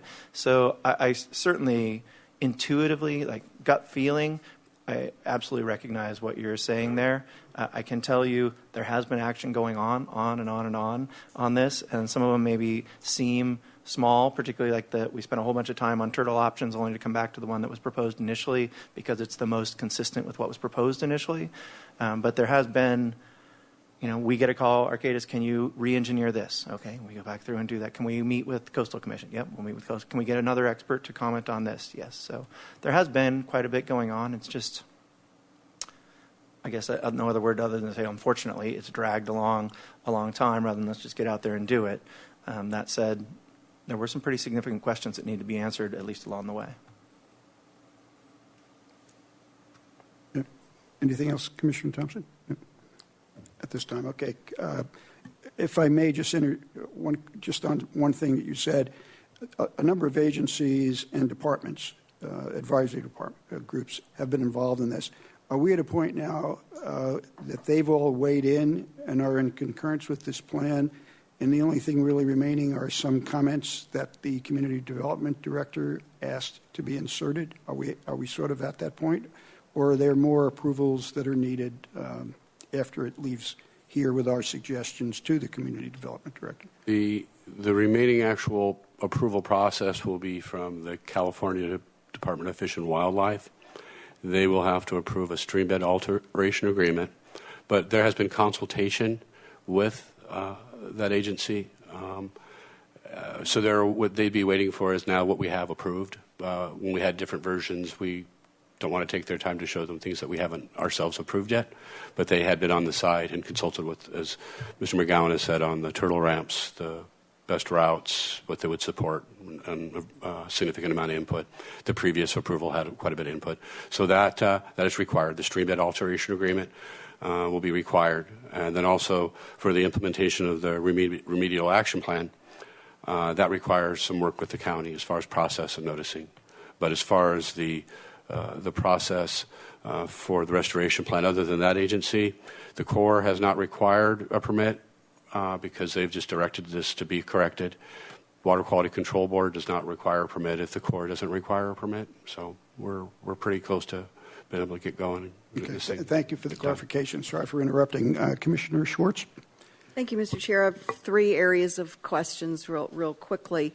The first, Mr. Greer, thank you for providing the Santa Barbara County Environmental Health Services letter that I had asked for, which is that they had approved the remedial action plan, however, with conditions. So could you just help me in understanding kind of aligning these additional conditions and where we are now with making findings on a substantial conformance level 4, since this is our highest level of SCD determination? I don't know if you have a specific slide that we could look at where you could sort of correlate what you're asking us to make findings on today and those supplemental conditions, or is it just folded in? You can't discreetly identify the special conditions. Yes, I think probably the best way to explain this is the original conditions of approval have language regarding how to address contamination on site, some specific conditions if there's contamination occurs on the site. And it also says that all appropriate measures will occur if that contamination is discovered on site. In this case, the appropriate measures is to do this remedial action plan. So the remedial action plan is not something we even have the purview to edit, modify. It's been produced under the requirements of the county. So we've met their requirements, and they've been the entity that has been responsible for the comments and approving it. It's included as part of this presentation because it is a component that's occurring now, but it would be required even if our project wasn't moving forward. In itself, a contaminated site would qualify for an exemption as far as CEQA would go. But in this case, what we're talking about is something that's really implementing one of the conditions of approval that's already been stated about dealing with contaminated issues on site. Okay, thank you. My next question is then about the Pacific pond turtle, and I have to admit I'm not an expert on that because I'm not a biologist, but two specific questions. First, in slide 17, there's a bullet point that references creating turtle visibility. Why is that required? Maybe it's just a quick education for me on my part. The concern was that if Public Works was going to go on, when they need to service that manhole, that if you did not have a surface of this type that was both visible, if it was just the DG, there'd be a possibility to have turtles moving across the surface, and guys that weren't aware might run over a turtle. Yes, we know where you're going to go with your comment. So that was the intent, to make it it more, too graphic. more visible for the turtle population. I got. Not for them, for us, other people to see them, not for each other. That was the intent. I'm going to try to refrain from giggling there. Okay. My other question, though, is, this area of the waterfront is under change. I mean, is undergoing change in various ways, industrially and commercially and so forth. And now with some ongoing environmental hazards identifications in various spots at this general area, was there no opportunity to consider, is this even possible, relocating this species to another more protected area of our community rather than trying to super engineer? And then, so my part two to that question is, and what's the volume of in other words, the numbers of Pacific pond turtles that were identified? I'll speak to the first part of your question, and I think I'll let our biologist speak to the other. Okay.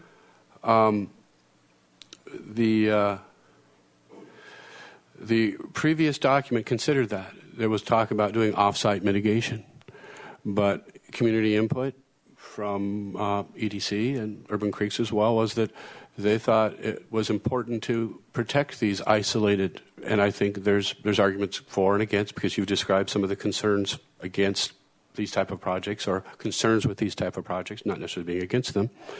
But there's also a position that, hey, we need to hold on to these little remnants. If we have these habitats, they still serve value, even though they're isolated. They still support some species. Mm-hmm. So in this case, it was determined back in 2000 when the project was approved that the site would be enhanced. And I think it's important to understand, too, though there was habitat impacted, that's clear based on the definition of wetted soil, the location, the cattails.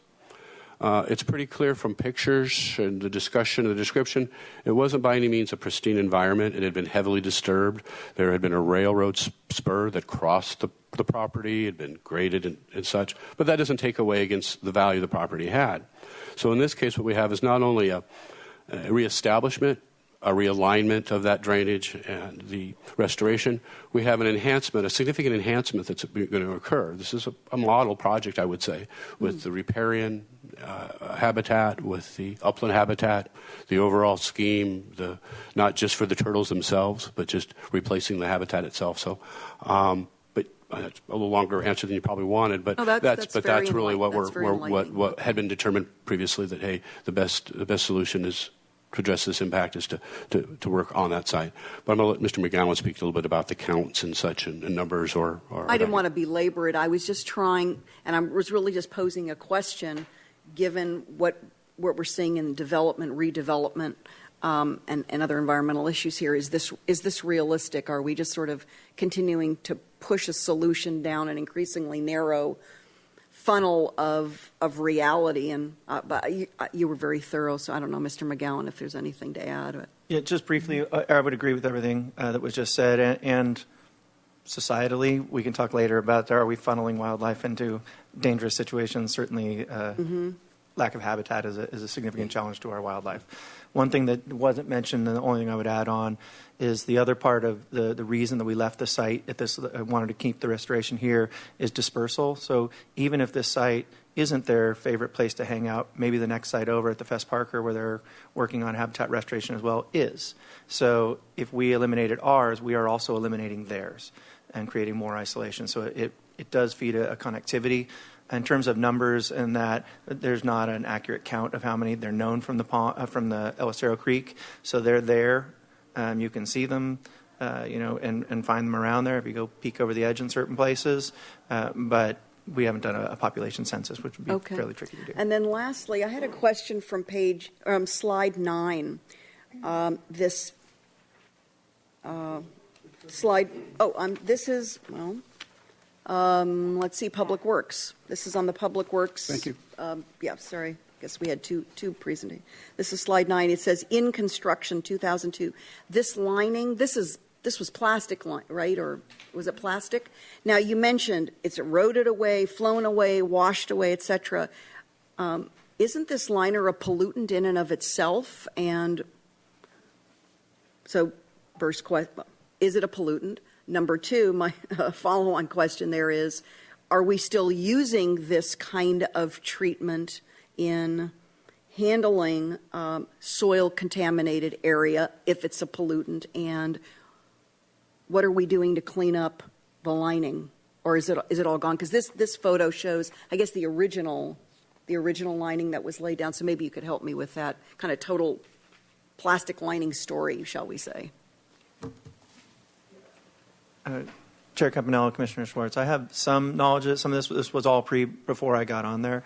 I do know, my understanding was that it was sort of an interim action to kind of keep it stable, keep the rain off it while we figure out what's going on in the subsurface.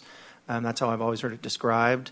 I do believe there was an action later to remove a significant amount of that, and then the project proposes to remove everything.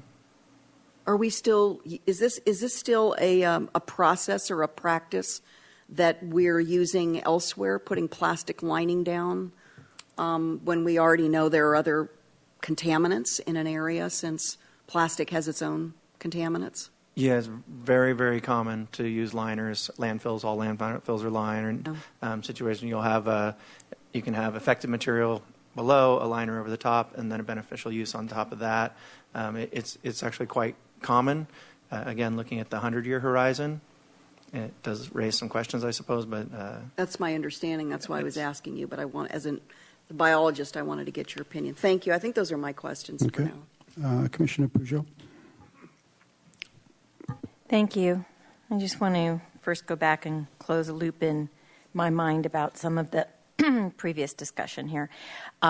So in my review of all the documentation, and I'm just really looking for a final confirmation from Mr. Greer, the 2000 coastal development permit was approved, acted upon, vested, and doesn't have an expiration date because it's still valid, and that's why we're doing the substantial conformity determination to it, correct?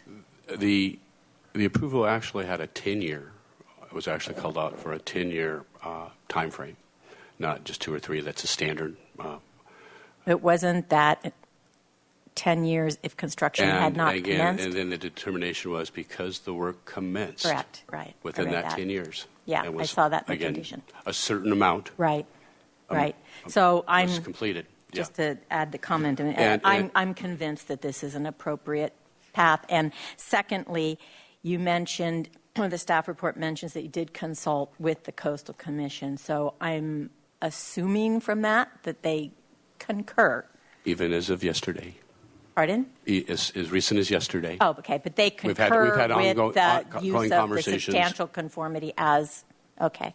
All right. Thank you. So my question, I really just have one, I think, is on slide, I can't read these numbers, 18 maybe, you have the list of the organization and agency coordination. And there's several on here. But my question is this, as an underlying, this property is held as an easement with the railroad being the underlying property owner, correct? Only a small portion. Only the portion where the culvert is located. Oh, could you show that on one of the slides? The portion that's covered, that sure. The easement. I can show you there. If you look at the lower left-hand corner, the little rectangle trapezoid, right there. Right, that is the only piece that's actually railroad property. Okay. That was required to make the connection from the city-owned property to get into the channel. Okay, I understand. That's helpful. And when you do a process like a substantial conformity, is it standard, or in this case, did notice go to the railroad for this plan? Well, in this case, their agreement, we have not proposed anything that would change or modify. The improvement in their easement is there. What's being proposed is what they reviewed previously. Now, with that said, if we were to modify the configuration, if we would have done something that was described earlier as come in with a different configuration, say we want to put a ditch in, we want to pull this culvert out, certainly that is part of that agreement with the railroad, is that if we change, they have to review. And we're not changing any of the components within that area are all consistent with the original And so the basic bottom line is you're not changing anything that's within your agreement with the railroad, therefore there's no specific consultation necessary to make these changes. Certainly did not feel there was anything that would trigger that need. Okay, we did thank not you. feel that was necessary. Okay, Commissioner Jordan. Thank you, Mr. Chair. So, Mr. Greer, on that one right there, is there an irrigation system that'll have to be put out there for the trees or anything else? One of the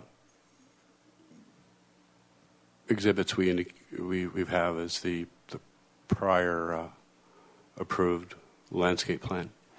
And we've described that there also needs to be an ABR approval of a revised wetland plan. That's what we're referring to. I didn't put a lot of detail into that, but what we'll be approving is something of this type that will actually have a plan. It'll include an irrigation plan, a schedule, a planting schedule. This plan was part of one of your attachments. You see it's, I think, 12 pages potentially, but they'll be looking at something similar as we normally do. So what you have in front of you today is the layout, positioning of plantings, of wetland habitat, riparian habitat, and upland habitat. The document you have describes the densities of plantings, distances, the types, but the actual landscape plan to build to, that will be approved by ABR. And are there, on that thing I can't read, are there other canopy trees other than the coastal oaks that you have on the pretty one? That's a good question. Should probably explain the reason those particular 6 or 8 trees are shown is they are placed there by a condition of an adjacent project on the wastewater treatment plant for screening. The plan, the restoration plan, includes a significant amount of trees throughout. I'd have to go back and look at the numbers, and probably Mr. McGowan could speak to that. There's trees planted throughout the site, so those 6 are actually in addition to a variety of trees that are being included outside of those 6. Okay. Then on your exhibit that you had for the soil excavation, one with the little circles and pyramids, are those things static, or are they on the move in a water table or being pushed through the soil? I can let Mr. McGowan speak more in detail to that, but the information provided said, I believe that the lead was non-soluble, so there wasn't as much concern as there is with some of that material. If it can be washed, and plumes will move out of that area. So the indication is this type of contamination didn't have that likely potential to be flushed through the soils. But I certainly think we should probably let Mr. McGowan speak to that in a little more detail. Okay.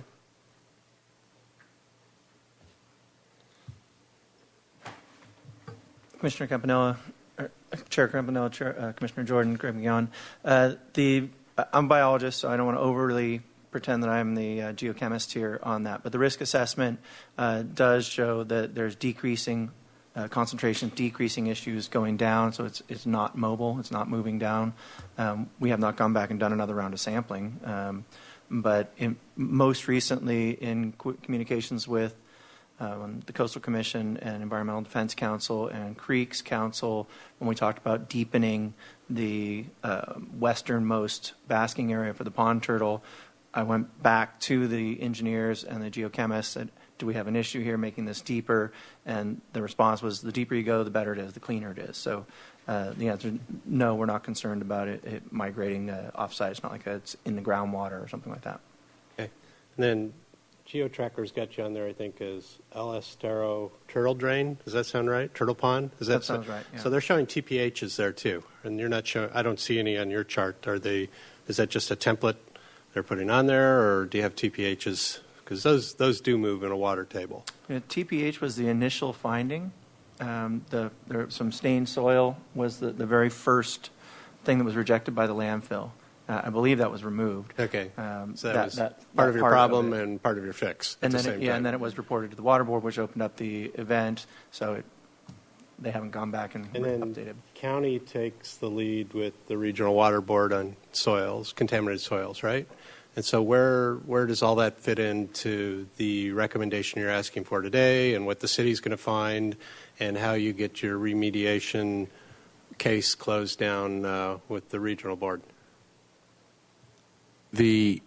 Or I guess my real question is somebody talking to them too at the same time with this presentation, so that we're not looking at something that's not going to work eventually there? The plan has been approved by the county. We've had at least one extension, maybe two, and they're looking forward to us taking care of the problem. So they are looking forward to the implementation of the plan. So there has been a significant work with. They are as you stated, they are the entity that has the authority. When this started, the authority in the county was under the fire department. Now it's under the environmental health. So that if you read the report, we describe the review by the fire department hazardous material unit. But as you get in, for instance, the letter you have responding to those same analysis is from the public health department, because the county switched over that time as far as who oversees the process. Okay. And then, I'm much better on executive summaries than I am on thousands of pages of little squiggles. So on page 1 of the staff report, could you just walk through me really quick with the bottom bullets on that page and just confirm for me what I think you're saying? So 5-foot high fence over a 3-foot high, that's a good thing, right? You're increasing the security and preserving the site, right? Correct. The footpath, that same answer to the question, right? You're increasing the security, preserving the site. Correct. And it was also determined, actually, Creek's input was, hey, we'd rather not see it there either. We can have more vegetation. Okay. If you have visitors that are escorted, they can walk through the site. We don't need to take area. The next one, where you're going to deepen one area but not treat an entire area. What's the reasoning for that, or what's the gain in this process for that? Okay. I'll try not to make this too lengthy of an explanation. The reference to the 1 to 2 feet is based on the fact that if you read the request from Public Works references that they are not proposing to go an additional 1 to 2 feet. That's a carryover from reports going back many years that indicate that 1 to 2 feet depth had not been achieved. After lengthy research evaluation of plans, both as-built plans, the original permitted approved plans, the elevations, contours, the timing of that condition from Army Corps of Engineers, it was determined that condition was based on a reference of 1 to 2 feet deeper than the drainage ditch in its previous location and condition prior to the realignment. After careful evaluation of plans, we could see that the existing elevation, stream bed elevation of the original drainage ditch was about 5 foot sea level. When we look at the proposed plan that was approved 2 years after the condition was applied, and that condition is referenced in those same plans, it's stamped on the plans you have, it indicates that the proposed finished stream bed elevation would be about 3.5 feet above sea level. And then we have another document, if it's in your staff report, which is the Contamination Exhibit. That is placed on an as-built drawing of what's actually occurred on the site. And you'll see it doesn't follow the approved plan completely. The 2 basking areas that were created aren't quite as bulbous, but they're there. And it shows that the other 2 weren't constructed. And it shows that the finished elevation today, the elevations that's shown on that plan, is at 3.5 feet to 4 feet. So based on the as-built plan that is stamped by a surveyor that shows an elevation of 3.5 feet being attained on the as-built, that's 1 to 2 feet deeper than the original drain. But that language of 1 to 2 feet kept getting carried over. So I'm just describing actually what staff has come up with. Now, with that said, I think it's important. Let me make this a yes or no question. I'm sorry? Let me make this a yes or no question. What we're doing there is not cutting a corner. What we're doing is doing it at least as well as it was described before or better. Correct. We're adding an additional feature. Thank you. And then I think the last 2 are self-explanatory. So I guess my point is, the point that I want to make to myself when you're asking for this recommendation is none of these are a drastic change or a reduction, or especially a reduction in the original concept of the improvements that were going to be made. They're just a different way of doing it, and in some cases they're an improvement. Would that be a fair statement? Yes. Okay. Thank you. Thank you, Mr. Chair. All right, a couple of questions, if I can. As far as the conditional permit that was issued, we spoke about the 10-year period. It went for 10 years unless you started construction. There was a requirement to be constructed within 2 years from Planning Commission approval. So just to define, the construction did take place during those 2 years to vest it, right? Just a technical point I just wanted to close the loop on. Okay, thank you. Let's see. The turtles, I guess, they mate uphill. Is that what, Mr. McGowan? Yes, sir. We go back in the day of red-legged frog. We found the same thing. They went 2 miles or something like that to get away from the family or whatever, to mate. But the area that we have now from the creek, is there a danger that they could migrate up to the parking lot? I know we're talking about the wrought iron fence, but is it a danger of that? And if there is, should there be something placed there to mitigate them wandering out into the parking lot? Yeah, Chair Campanella, you want me to say that? That has been a topic of discussion. So turtles are in the creek now, and they can walk into the wastewater treatment plant.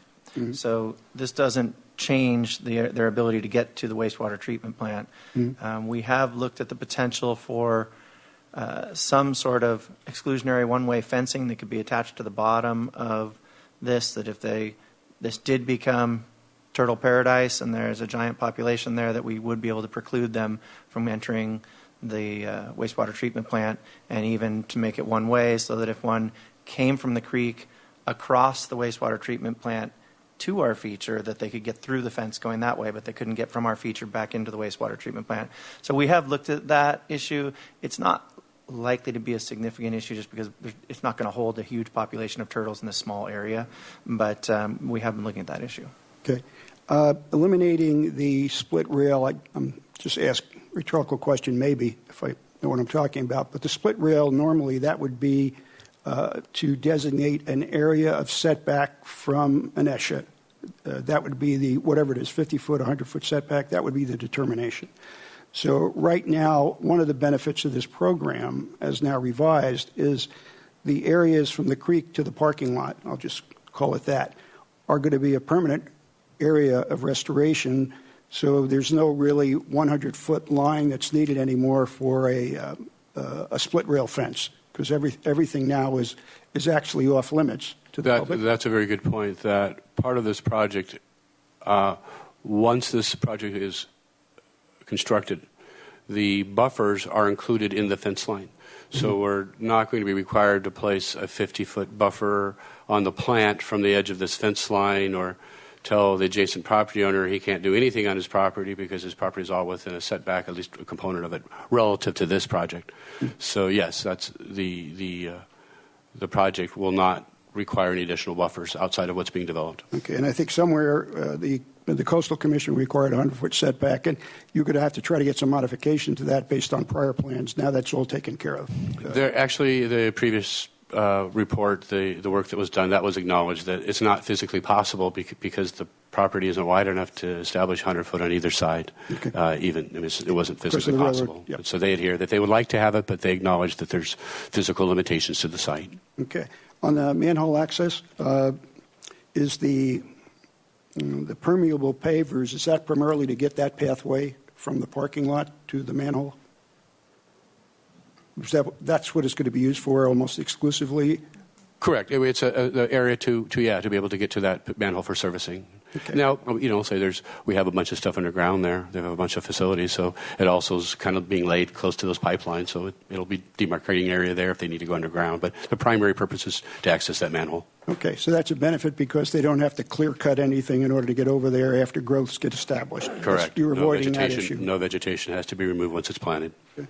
And we'll have turtle visibility, as we've indicated earlier. All right. Chair Campanella, excuse me. Yeah. Mr. Rare could speak to maybe the frequency that we would be accessing that manhole. I don't believe it would be a daily occurrence, but it is necessary that we get there and that we protect the turtles as we're going back and forth to the manhole. Mm-hmm. Okay. Is that periodic then, that you may have to service the sewer and inspect the sewer manhole? That specific manhole has 2 inlet lines to it, and that has about roughly 70% on a daily basis of the flow that comes into the treatment plant. Mm-hmm. So it's a very critical manhole. And as part of our routine maintenance, we inspect our manholes, and that is one that we are monitoring closely because it is such a critical manhole to conveying influent wastewater to the treatment plant. With that said, we also use that manhole as an influent sampling manhole. I believe you may have seen that on your site visit. There's some equipment that's staged out there in order to take a sample of the influent wastewater for permitting purposes. So operators will go out there to collect a sample, but all they're doing basically is walking out there with their boots on the ground to go pick up a sample, change out the bottle, and then leave. Okay. So the 8x8 is the area around the manhole. That's going to be clear. What about turnaround? Is there enough turnaround provided in the permeable pavers to get equipment in and out, or if vehicles are needed to get in there? So I believe from the plans that the permeable pavers are wide enough to allow vehicles to get in. And the way we would probably have our contractors, if we need to do any work out there, they would end up backing in along the permeable pavers. So using the cul-de-sac that's currently on the treatment plant, we would guide them down that permeable paver path. We wanted, as part of the plan, we limited how wide that path is to make as much usable space for the initial plan of the project. This path is really to preserve an opportunity to make sure that manhole stays in good working order, since it is so critical to the plant.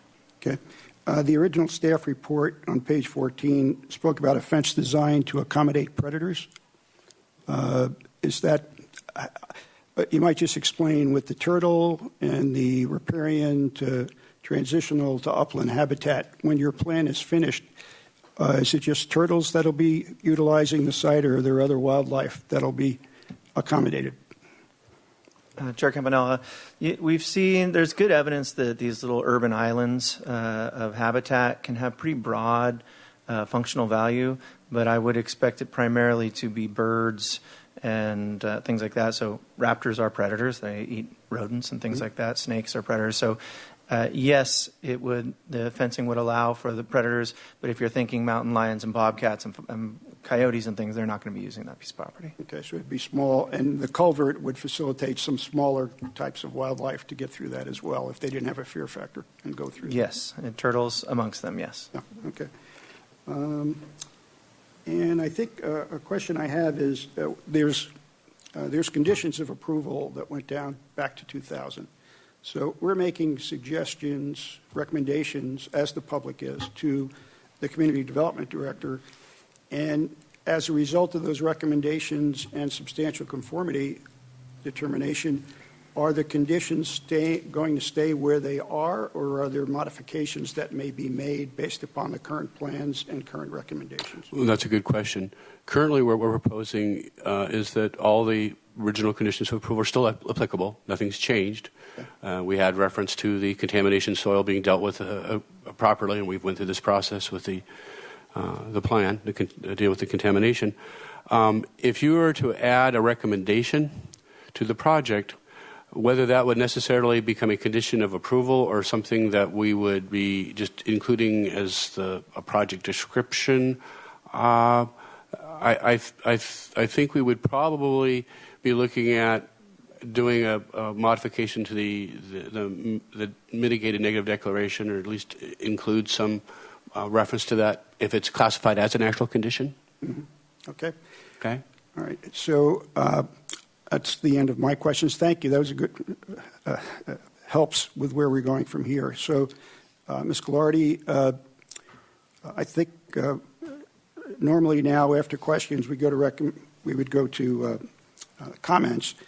But I think what I'd like to suggest is that we look at the 4 points that we're being asked to opine on or comment on for the Community Development Director, and maybe our initially, unless we have some more when we're done, that our comments/recommendation align with these 4 items. Ms. Rodriguez provided a little worksheet so that we could take down any commissioner recommendations or comments on those 4 specific items. So, and that's the exclusion of the footpath, wrought iron fence, permeable pavers, and the 8x8 work area. If there's any recommendations or comments, and we don't all have to comment on it. I mean, if someone feels like so doing, we'll jot that down, and that can be of record to be given to the Community Development Director. Is that fine as an approach?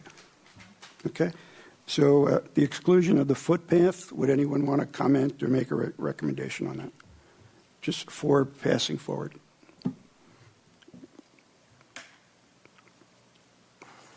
Commissioner Lodge? Well, I don't know that we need to do these individually. For myself, the current design does fit with the original SED, and the exclusion of the meandering footpath is fine. This is a restoration area. It's not needed. You don't want people wandering around there. Installation of the wrought iron fence instead of the 3-foot high wood fence, obviously it's there, and it would be just a bit redundant to have the wood fence. Utilization of permeable pavers is a good thing to do. Mm-hmm. And the 8x8 non-vegetated work area with mulch only surrounding the sewer manholes seems a reasonable solution to providing access on a surface that works there. So, okay. So then those are my comments. Thank you. Other than, I guess if everything's okay, we don't have to make a comment. Does anybody have a comment specifically on the items? No. I see your lights on. Do you? Okay. I do. That's why my light's on. What's that? That's why my light's on. Okay, go right ahead. So I'm in agreement with everything that's been presented here today. The only additional comment I would have that when you go back to ABR is that I would encourage you to put as much treescape in that parcel as you can, and will not be a detriment to the remediation, the biological plan. We have so few city sites that are either alongside the freeway or, in this particular case, alongside the Belching Railroad Way that any other trees you can get in there to our benefit, I think benefits everybody, is both sound deadening and air quality, and I think you're going to have some water there eventually. So thank you, Mr. Chair. Okay, Commissioner Peugeot. Thank you. And just echo what the two previous commissioners said about the 4 individual points. I'm in support of all of those. In terms of going back to ABR, I would just assume and like to see that the biologist, Mr. McGowan, attend that hearing so that ABR they're designers, but they're not necessarily biologists. So I hope that coordination will take place at that level. And if I could make one overall comment, is that appropriate now? Okay. All right. I just want to say that I think I agree with staff. This is a model project. I think it's wonderful. And it definitely meets the intent and the objectives of the prior project. It can be found in substantial conformity. That's a big yes on my part. And there must be a scientific term for this, but taking slices like this, especially areas along railroad right-of-way, if you ride the trains like I do, you see lots of junk and weeds and all up and down the state and everywhere else you go. So to take a slice like this and actually create a restoration plan that gives some sort of expansion of like the lungs of the land, I think is a fantastic idea, and I laud it. Thank you. My only, I agree with what everyone has said. I think I would just go back to the fencing, and it seems you're going to do that, but just to maybe put that as part of the work plan, to look at that as for the protection of the turtles as they go uphill, and that one-way doggy door type of thing, or whatever that you can take care of that with. Any other be a turtle comments? door? Turtle door. Turtle dove or turtle dove?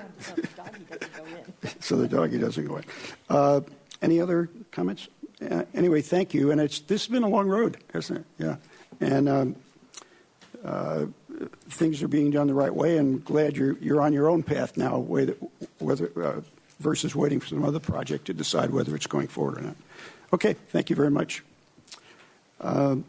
We did not vote, so there's no 10-day period. I don't have to announce any of that. Okay, thank you. All right, that's our last new item. So now we'll go to committee and liaison reports. Staff hearing officer. Nothing yet. I've just actually started watching yesterday's hearing, which is a long one, a lot of items. So I'll continue over the long weekend and report back in the future. Okay, thank you. Any other committee reports? Commissioner Schwartz. Thank you, Mr. Chair. Once again, housing is a hot topic in the community, and this morning I attended the Santa Barbara Executive Roundtable Forum. It was overflowing event at the University Club, and there were a panelist of speakers, including a partner from the Radius Group and Dr. Mark Schneep, on behalf of the California Economic Forecast, specifically pertaining to housing. There was discussion that the condominium market is fairly flat, and there does not seem to be an interest by the investment community, specifically in Santa Barbara, of investing to any significant level in new condominium development. And I call this out because in our AUD work sessions, especially the recent joint session with council, some members of the public have asked about and have an interest in seeing more condominium development, whereas what I heard this morning is that the private sector simply doesn't see this sector or subsector of the market as a keen interest to them. Now, on the positive side, there was a lot of discussion about apartment or multifamily development, and there's very strong support of that, including the Santa Barbara Association of Realtors, seeing that 19% of all real estate activity is in the multifamily arena. The developers and redevelopers in Santa Barbara, for the most part, are tracking as local investors. That's been a question in some of our hearings. So we are seeing very local, engaged, and invested and investment activity that's spurring a lot of our residential development.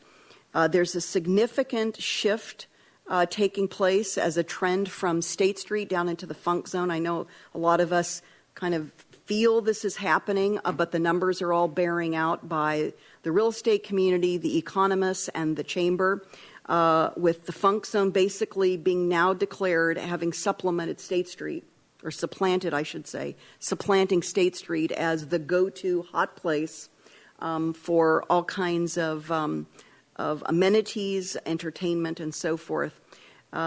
So with that, it was informative, but also reaffirming for what some of us are experiencing on the planning side. And overall, there was a great echoing of support for housing development as being critical to the economic vitality and the economic engine in Santa Barbara. Thank you. Okay. Anyone? Any other reports? Well, it's good to hear you were at that session. I mean, as far as condos, we know we have a resolution that's going up to City Council shortly, I would guess, relative to looking at establishing a task force and getting staff time to look at employer housing, co-ops, and affordable. And it'll be interesting with such a group. Of course, you want to have the public investor community as maybe sitting at the table, and the brokers as well, in addition to lenders and others. So it'll be interesting to see what that particular product today, what the aversion is to condos, and whether there's some way to work around those or satisfy those aversions by a program that we may be able to come up with. So this is all good information to input as we're trying to find out a direction to possibly go in. I think that's it, unless anyone else has anything. So we would be adjourned till we are going to have a meeting next week. No, I won't make the same mistake again. I won't make the same date mistake again. We will have a meeting next week, November 17th, preceded by a lunch meeting, noon in room 15. Okay, thank you very much.